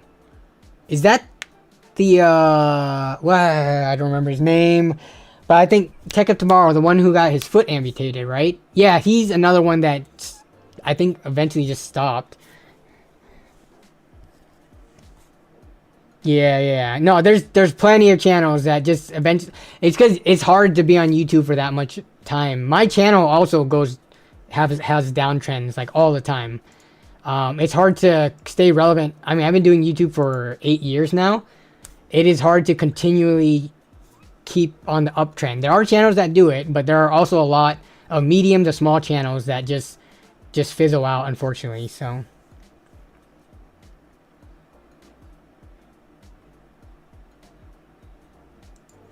Oh yeah, that one came out already, JD. But I have another one. We just landed a few weeks ago, and that one will be out in December. Love to love, man. Thank you. I definitely want to get back in the scene. Everything moved to short form content, and life was busy. Yeah, short form content. I'm trying to still adapt to that, but long form is still definitely there. If you look at all the large channels, I guess if you're well established, you're not as affected. But yeah. For channels that are just popping up in like the last year or two, doing primarily shorts, I've seen a lot of YouTube channels just make it to 1 million subscribers doing only short form content. The growth is definitely super explosive there, but I don't know what the revenue and like long-term implications are just yet. But I mean, yeah, it's difficult. Being a medium-sized channel, you know, less than, let's say, 500,000, but more than 100K. Or just more than like 20, 30K, I guess you would be considered medium. It's a difficult range to like navigate through.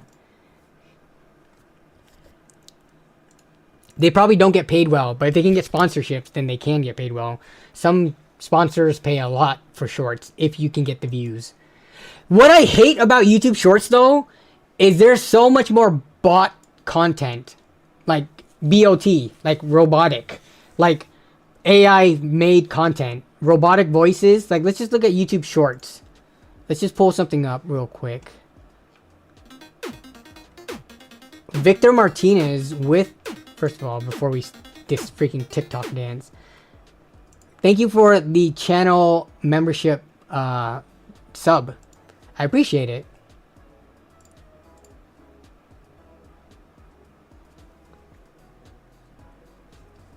Not this one. You guys know what I'm talking about, though, where it's just like there are a lot of channels on YouTube that solely steal other people's content, put some text on it, and have a robotic voice narrating what's going on in the clip, getting millions of views. And the people who made the original clip, like, oh, right here. Here's one. Let me see. Started, the girls played a quick game of rock, paper, scissors in order to... Okay, this one doesn't sound like an AI voice, but this is very similar. Like, this has 2.8 million likes. How many views does this have? This has 40 million views. Will take the victory and win the tournament. Even the ref played along perfectly. Wait. Do you guys think this is an AI voice, or do you think someone is narrating this? Because it's starting to get hard to distinguish it. This is what happens when two close friends meet each other in the finals. When the match started, the girls played a quick game of rock, paper, scissors in order to determine which one of them will take the victory and win the tournament. Even the ref played along perfectly. It's pretty good for AI, right? There's the super AI voice, and this one sounds a little bit better, but you're right. There are some indicators of like pacing and tone that is always the same exactly for certain words. But the speed at which it goes, it is more passing, I guess, than the super robotic ones. But look, okay, this is a prime example. This got, what is this channel? Narrator Speech. They have 230k subs, but this video had 2.8 million likes and 40 million views. This isn't even their content that they made. They're literally reposting other people's content, narrating what's happening. Like, I don't need you to tell me what's going on the screen. I can see what's, like, everything happening. Like, I can mute this and see that it's two wrestlers having fun. I don't know. I'm pretty sure the original person who recorded this did not get 40 million views. And I don't think that's fair, to be honest. The original person who recorded this video, or the people who are in this video, did not get anywhere near this much engagement. A lot more faceless content for sure. Yeah, and that's what sucks because, I don't know. Can you blame them though? People watch it. It just sucks for people who do have a personality, who do make content and put hard time, like, and effort into it. They're just like not getting any love, and these AI generated almost, you could probably generate this from AI, not like clip farming and AI editing and all that stuff. Yeah, I if this is the trend that YouTube is going, then a lot of us smaller to medium channels are gonna be fizzled out for sure.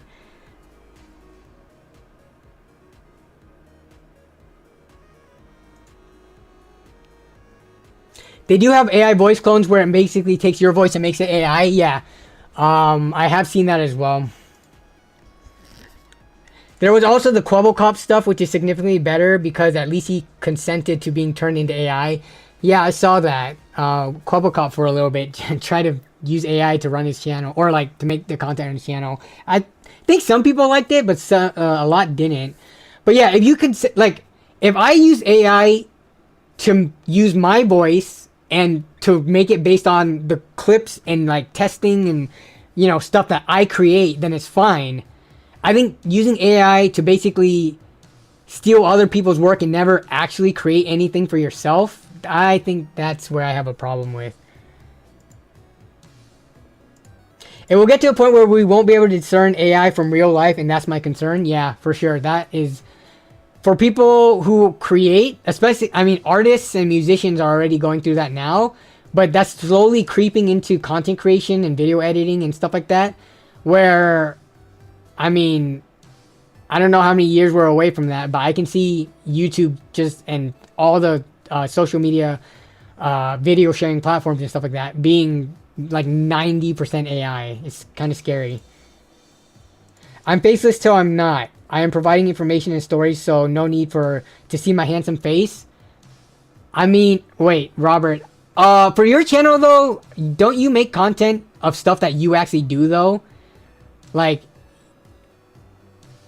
you're not just stealing someone's clip and then putting AI all over it, like, and then posting it to get tons of views, right? Like, you're posting stuff about you working on computers. You don't show your face, which is fine, but like the stuff that you show is like stuff recorded from either your monitor or your camera. So I think that's totally different. Yeah, it's what I did at the time. Yeah, see? So you are essentially using your own content to make content. You're not just stealing other people's stuff. So, Danny, how are you liking Arc so far? So for the most recent LAN a few weeks ago, I switched out the Arc card for a 4070 Ti that I had on hand, and it's still in my system because I don't know what card I want to get in there. I might go with back to AMD 7700 XT. But, yeah, I switched it out because for the recording footage portion of it, I just wanted it to be, you know, higher quality, higher FPS and stuff. And the Arc card, when you're trying to game at, like, 1440p, get 60 FPS on some of the titles, it struggles a little bit. So, I've got the 4070 Ti in there, but I think I'm going to go to the 7700 XT long term. Andrew Yang was right. UBI for all. I agree.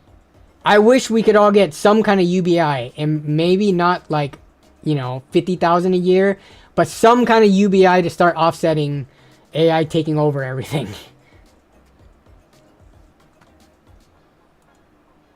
Man, how did we get this far off topic? Anish Vlog says, big fan, bro. Thanks for the kind words. I appreciate it. What is UBI? UBI is a universal basic income, which means pretty much even if you don't work a job, you will get some kind of income that will help you with like groceries, rent, etc. It is universal. And yeah, Andrew Yang kind of went weird after he didn't you know, meet his goals of becoming the president. Andrew Yang, to me, I was a big fan of him initially, but now he comes off as a grifter. But him being one of the few proponents, at least mainstream-wise, of UBI is what I like about him. But yeah, UBI, what he talks about is eventually in the future, AI and robots are going to take over all of our jobs. They're going to take over most of our jobs, I should say. Probably not everything, but a lot of it. Like truck drivers, a lot of the manual labor, like grocery stores, you're already seeing it when you go to check out. A lot of them don't even run people at the stands anymore. You just do self-checkout. Stuff like that. Even farming stuff, robots are starting to do a lot of farming work and agriculture. So people are going to be displaced out of their current jobs, and there won't be enough jobs for people with their skill sets to get, right? Like, AI is going to take over your job, and you're not going to have the skills to get a better job. So universal basic income helps address that. So, but there's problems with that, obviously, because giving free money to the entire population is kind of not feasible. So it's interesting. AI and robots and stuff going into the future. How we're going to address that is going to be, I don't know. It will be within our lifetime, though. At least if you're like around 30 years or younger. Maybe even 40. But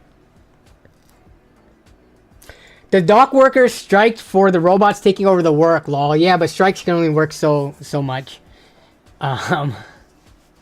They strike until every position can be replaced by robots. Then it doesn't matter if they strike. So it matters right now because the robots can't do everything and you still need humans. So when humans strike, there is like, you know, a bottleneck. But when the robots can actually do everything, it doesn't matter if you strike. Yo, what's up, Demon Mitt? Dock workers just striked over automation concerns. Yeah, yep. They may strike in January. I mean, this is just the beginning of it. I mean, the AI is still pretty... I mean, AI, the idea of AI has been around for a while, but the leaps and bounds that we made in AI right now, and then in the sides of the hardware with like, you know, Boston Dynamics type stuff, they do crazy stuff, but for the mainstream or like the masses, I don't know how advanced robots are. I know Amazon has robots and stuff like that as well, but yeah. Strikes work until there's a layoff and you're replaced by robots. Exactly. Manufacturing, production, data entry, customer service, logistics, etc. It is a real threat to the jobs. It is. If you're not worried about it, then you either have a job that will not be replaced by automation, which there are some that I would agree with. I think in the healthcare system, nurses and doctors and surgeons and specifically the more intricate surgeries, it's going to be a while till you can trust a robot to do all that stuff. So I think healthcare, at least on the physical side of it, will be a while till that gets replaced, if ever. But a lot of like engineering, what I went to college, got a degree for, and you know, as a structural engineer, right? So a lot of that can be automated, and AI can take care of eventually. With engineering, safety is a big issue, so they're not going to go completely automated or AI just yet, but I can see it being there in the future. You still need humans to check over the work, or at least set it up, because you can't have bridges falling, buildings collapsing, airplanes falling out of the sky. You definitely need humans to have a second look at least.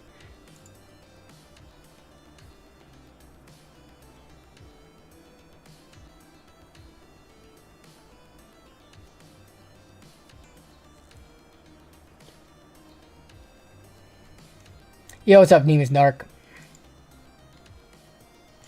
I work in education and have seen some piloted programs and using AI as a main teaching tool, and it is downright terrifying. Yo, getting rid of the teachers? Are you kidding me? Teachers are already screwed and underpaid. We're talking like K through 12. Maybe not if you're a private school teacher, or maybe not if you're a university professor, but like we're talking about where it matters the most. Literally babysitting kids for 8 hours a day. They're already getting so underpaid, and treated like crap from both kids and parents. Yeah, that's not fair. Nemus Dark says some Prime deals are sick, not gonna lie. Like which ones?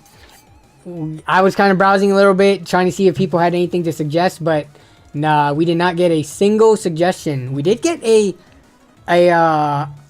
someone submit their PC though. Most of us will be coders, engineers, robotics, maintenance, etc. That makes sense. Robotics engineer. The thing is, not everyone is cut out to be coders, engineers, or mechanics / maintenance though.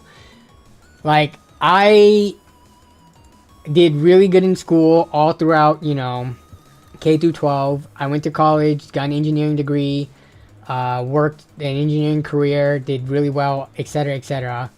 I cannot code for the life of me. Like, I just can't code. It doesn't click. You cannot force some people to get into coding and be good enough to get a job with it. It just doesn't work. Not everybody's brains are wired like that. I would say a lot of people's brains are not wired like that. And no matter how much schooling or training you do, they're never going to be at the level to be, you know, competent at it. So those people are, unfortunately, they are going to be screwed over legitimately if there's no jobs left for them after automation and AI takes over.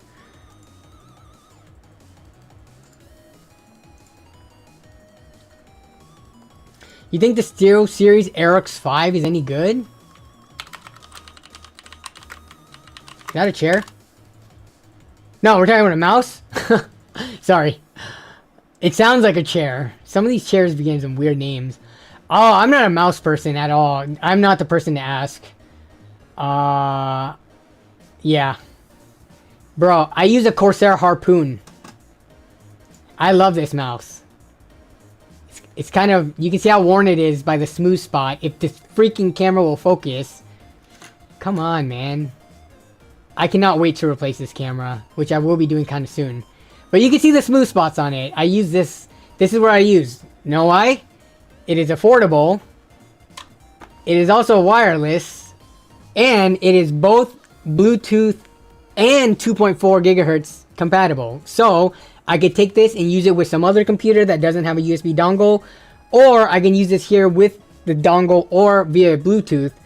And yeah, I can plug it in, you know, for a day when it runs out of batteries, and then use it for like a week or two until it needs to be recharged again. But yeah, dude, this mouse I think is like $40 or something. I have, there's a reason why I don't do mouse and keyboard reviews, because yeah, I'm not the type of person to ask for that.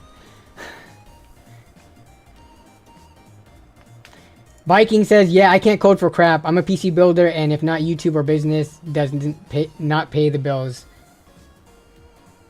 Yeah. All right, I didn't even realize we're 2 hours into the stream, guys. So, the deal hunting we did for the first portion of the stream, kind of, and I didn't see anything that was super standing out to me, because some of the stuff that people brought up, you saw it on AliExpress for even way cheaper, like that 5700 X3D on sale. But Prime Day deals, I bought one thing from Prime Day deals in these last 2 days. It was a power supply. It was that MSI Mag AB one that I brought up for $48. But there's usually not a ton of crazy good deals. There are some savings if you are looking for a specific like memory cases, power supplies, but it's nothing to write home about. We just ended up talking about a bunch of other stuff in chat. So I usually go with the streams wherever the chat takes me. So, Nemus Dark says, by the way, I had a blast make, I try and include at least one meme in all the thumbnails I make. Yeah, thanks for sending that over, Nemus. Again, like, I'm not looking for a thumbnail designer. I have someone that I'm working with already that, you know, their prices are good and I like the quality that they make. So I'm not looking for, you know, another thumbnail designer. Where to post links for deals? What channel you're looking at? Wait, what are you talking about? But Discord, stream submissions, as always. You bought these ones. These are the head. So you did buy on Prime Day deals for, is it 125 now, down from 229? But what is the actual price usually? 175. Okay, so yeah, this is another prime example of other. So I don't review headphones either, and I'm good with my M40Xs. But if you're looking for like mice, keyboard, headphones, monitors, there are decent deals. Like 125 down from a usual 175. You see them at 150 here back in April, but for the most part, this is a good price for the last, I would say, how many months? I mean, year even. I do not see 125 on this at all in the price tracker. Unless there was like some crazy one-off deal. So this is like the lowest it's been for a long time. So yeah, stuff like this is more worth it, but I'm good on all peripherals and stuff like that. And PC hardware is where I mostly am buying stuff these days.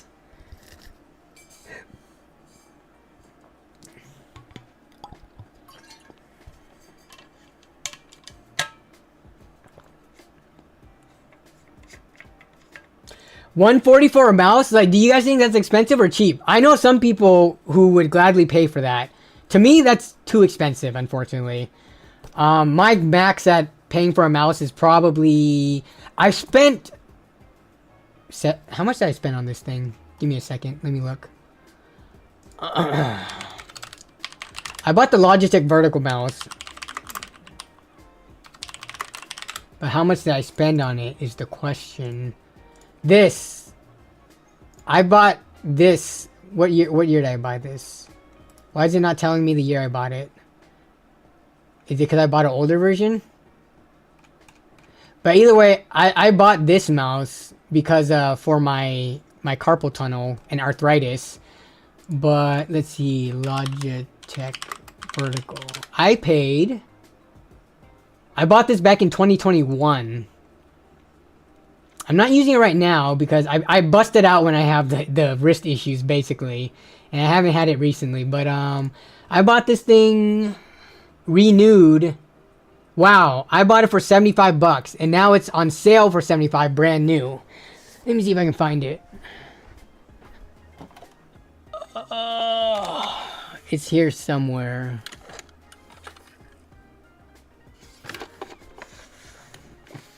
Come on, where you at? There it is. I found it. Yeah, so if you guys have wrist issues being on the computer too much, try a vertical mouse. There are cheaper ones, but yeah, and here's mine. You can tell this did not have smooth marks when I first got it. I used this that much that the smooth marks developed on it. But yeah, vertical mouse, if you want to test how much it actually works, stick your hand out like this and then pronate your wrists. Feel the strain just from doing this to this. Now imagine doing this for like 8 hours a day, days on end. So this is a much more natural, comfortable position. Doing this, you should already feel strain in your wrist. Add in the finger movement, add in the like long time, repetitive stress injury, the repetition. Yeah, you can imagine why people have wrist issues or pain in their wrists from using a mouse in this position. Hey, what's up, Casey Walls? When's the next LAN video? December. Alright, we gotta close out on stream soon. I gotta eat. And potentially do a dungeon in Throne and Liberty with the boys. Okay, they haven't said anything yet, but yeah. What up? I agree, vertical mouse have done tons for my wrists. I learned about vertical mice from my workplace. Because when you have a desk job, especially at a big corporate job, they care so much about ergonomics because they don't want you to, be out due to injury and stuff like that. So they are willing to pay for like nice ergonomic chairs, ergonomic keyboards, ergonomic mouse, ergonomic tables and stands and stuff, so that your health is in good working order, so that you can keep working for them without disruption. So yeah, that was when I first experienced a vertical mouse, and I was like, oh, this thing's pretty cool. Okay, I should get one for home. Stop playing WoW. I'm not playing WoW. I'm playing Throne and Liberty right now. I'm kind of sad because I got the War Within, and I barely made it to the level to start the War Within content, and then now I'm having a blast in Throne and Liberty. Like, God, it is such a fun game. Actually, let me see if I can load it up right now while we start ending out the stream. Dang, the company is throwing down for Herman Miller's. I don't know if it was Herman Miller, but I know the chair that at the office was like in the $700 range. I don't know what actual chair brand it was. I didn't care. I just sat on it. But come on, I sit on Staples hiking chairs that cost like $150 or less. I'm still young enough where having the nicest chair doesn't matter as much as having a nice mouse for me.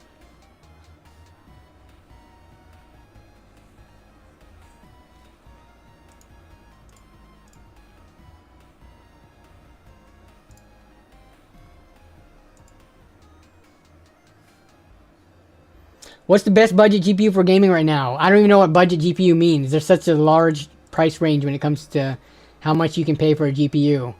RX 580 is good. RX 6600 is good. 3060 Ti's if you can get it for around 200 is pretty good. 3070s if you can get it for like 250-ish is pretty good. RTX 3080s for 450 to 400 is pretty good. Like, there's plenty of price range.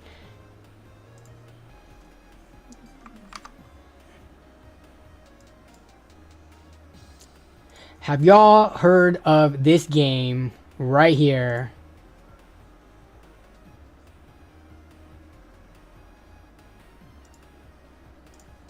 Y'all heard of this game right here? This is what I'm playing right now, like full time. Casey, have you played Throne and Liberty? What is amazing about this game, while we end out the stream... Oh, is Gigantrite around? This... Okay, I'm a long-time MMO player. I am very picky when it comes to MMOs. This game is not perfect. Uh-oh. Is it causing the stream to lag? I think it's causing the stream to lag. This game is really hard to run. This is my character so far. You can't see everything on the screen because I'm blocking it. But I'm gear score, combat power 2180 right now. But I've been playing this quite a bit. My favorite thing about this game is the no loading screens between zones, which is amazing. I wish every game does that. Guild Wars 2 and Final Fantasy doesn't, but WoW kind of does. But also, like, if I want to teleport to this town, like, you channel the short amount like every game has, but then there's no loading screen. You just warp and you're in a town that was, like, super far away. Like, if this is the future of MMOs, I'm for it. Like, look, I'm on this side of the map. I'm going to teleport all the way to this side of the world. And again, I channel for 5 seconds, which every game has some kind of channeling to return home. But then, boom, you're, like, instantly here. And there's the NPCs, there's the other players. Mind blown. Tell me another MMO that does that. But yeah, this is where I'm playing. If you guys want to play, I am on the Stoneguard server. But yeah. Oh man, I'm hungry. I'm excited for dinner. Legend So Cool says, I'm not a big into MMOs. It definitely is one of those things that, like, you have to have a taste for, you know, like almost an acquired taste.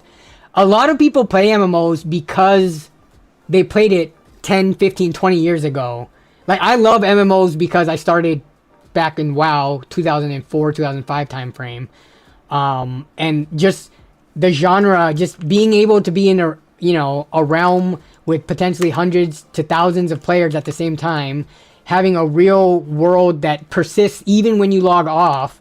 To me, that's like really fun, like, to be a part of.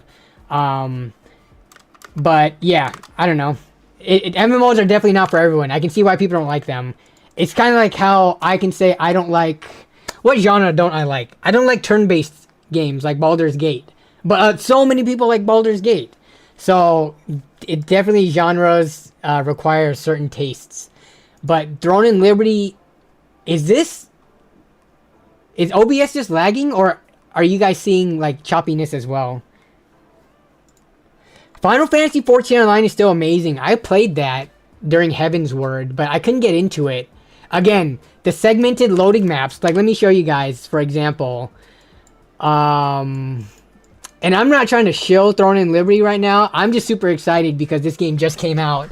And for a free-to-play game, it's blown my expectations out of the water. I thought this game was going to be so crappy. Look how many players are playing right now. It's crazy. You hate I don't like Call of Duty. I like Halo, though. So, it's not that I hate FPSs. I just don't like the pacing of Call of Duty. I used to play back in the original Modern Warfare, which is, what, 2007, 2008? But yeah, so, like, this is the map. The whale hasn't spawned yet. But, like, I can just glide. I just went into a new zone. If it's laggy, I'm sorry. It's not laggy on my screen, but OBS might be having trouble handling this. Oh, it's not... That's weird. So you guys aren't seeing any choppiness, but OBS is showing it as choppy, but to me, in-game, it's not choppy. So OBS is just... It says, encoding overloaded. Consider turning down video settings. No lag. Wow, okay, so OBS is just freaking out right now.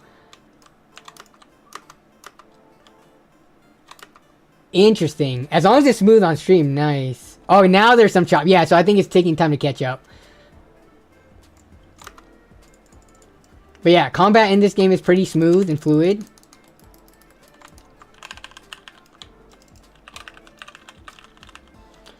A lot, like, it's more like Black Desert combat than WoW, but anyways. Okay, you guys probably don't care about Throne Liberty or MMOs, so let me... Oh gosh. Oh gosh. Okay, here we go. Yeah. I need to tune the settings because Thorn and Liberty is crazy on the system. I mean, it's a brand new MMO, but I've never played an MMO that was this demanding on a computer. It was fine. Yeah, I think I need to tweak the settings for that because I normally don't play AAA titles at high settings on the stream. But alright, we're going to close out the stream in the next few minutes. I'm trying to get this build video out. I don't know if I can get it out this weekend. I'm going to really try, but I would like to get this out this weekend. I'm finishing benchmarking it. I did the system as is, but to show the potential of it, I'm going to put in a beefy graphics card and show, like, this is the Xeon build that we got from AliExpress. This is a sub $200 PC build right here sitting behind me. So I finished benchmarking it on the graphics card that's within the $200 price range.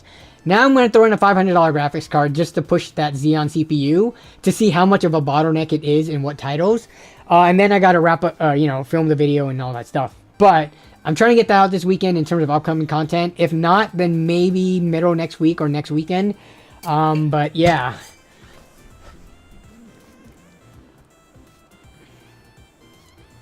Might be an interesting content piece. Building a budget streaming PC for a dual PC setup. Oh man, dual PCs. I've just never been a fan of having to run just two systems when you could easily get a capture card for cheaper. Like, I understand that I did overload the graphics card because I am using NVENC right now. And I was playing Throne and Liberty at pretty high settings at 1440p ultra wide. So that it did not like that. But just getting a capture card would help dramatically. It's a bit of a headache to start up, but it works great now. I do understand like the benefits of dual PC streaming because if for whatever reason this PC crashes, I'm done for. The stream ends, or at least it goes dead, and if I don't get back in time to continue it, the stream becomes like another event. So in that respect, I understand why it's good, but I don't want to deal with the headache of having to, go on this system to set up the stream and then go on this system to do stuff and going between two systems and having potentially two monitors. There's probably some programs you can use to share one monitor with two systems, but I don't want to deal with that either. So yeah, I'm for the most part a simple person.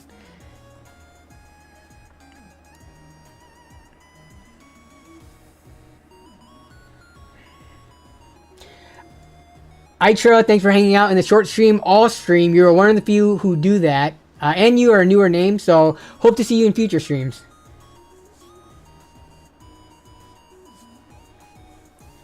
Yeah, mouse without borders, where you can use the same keyboard and mouse between the different systems. Yeah. Did Linus cover that? I forgot where I saw that. They might have been a sponsor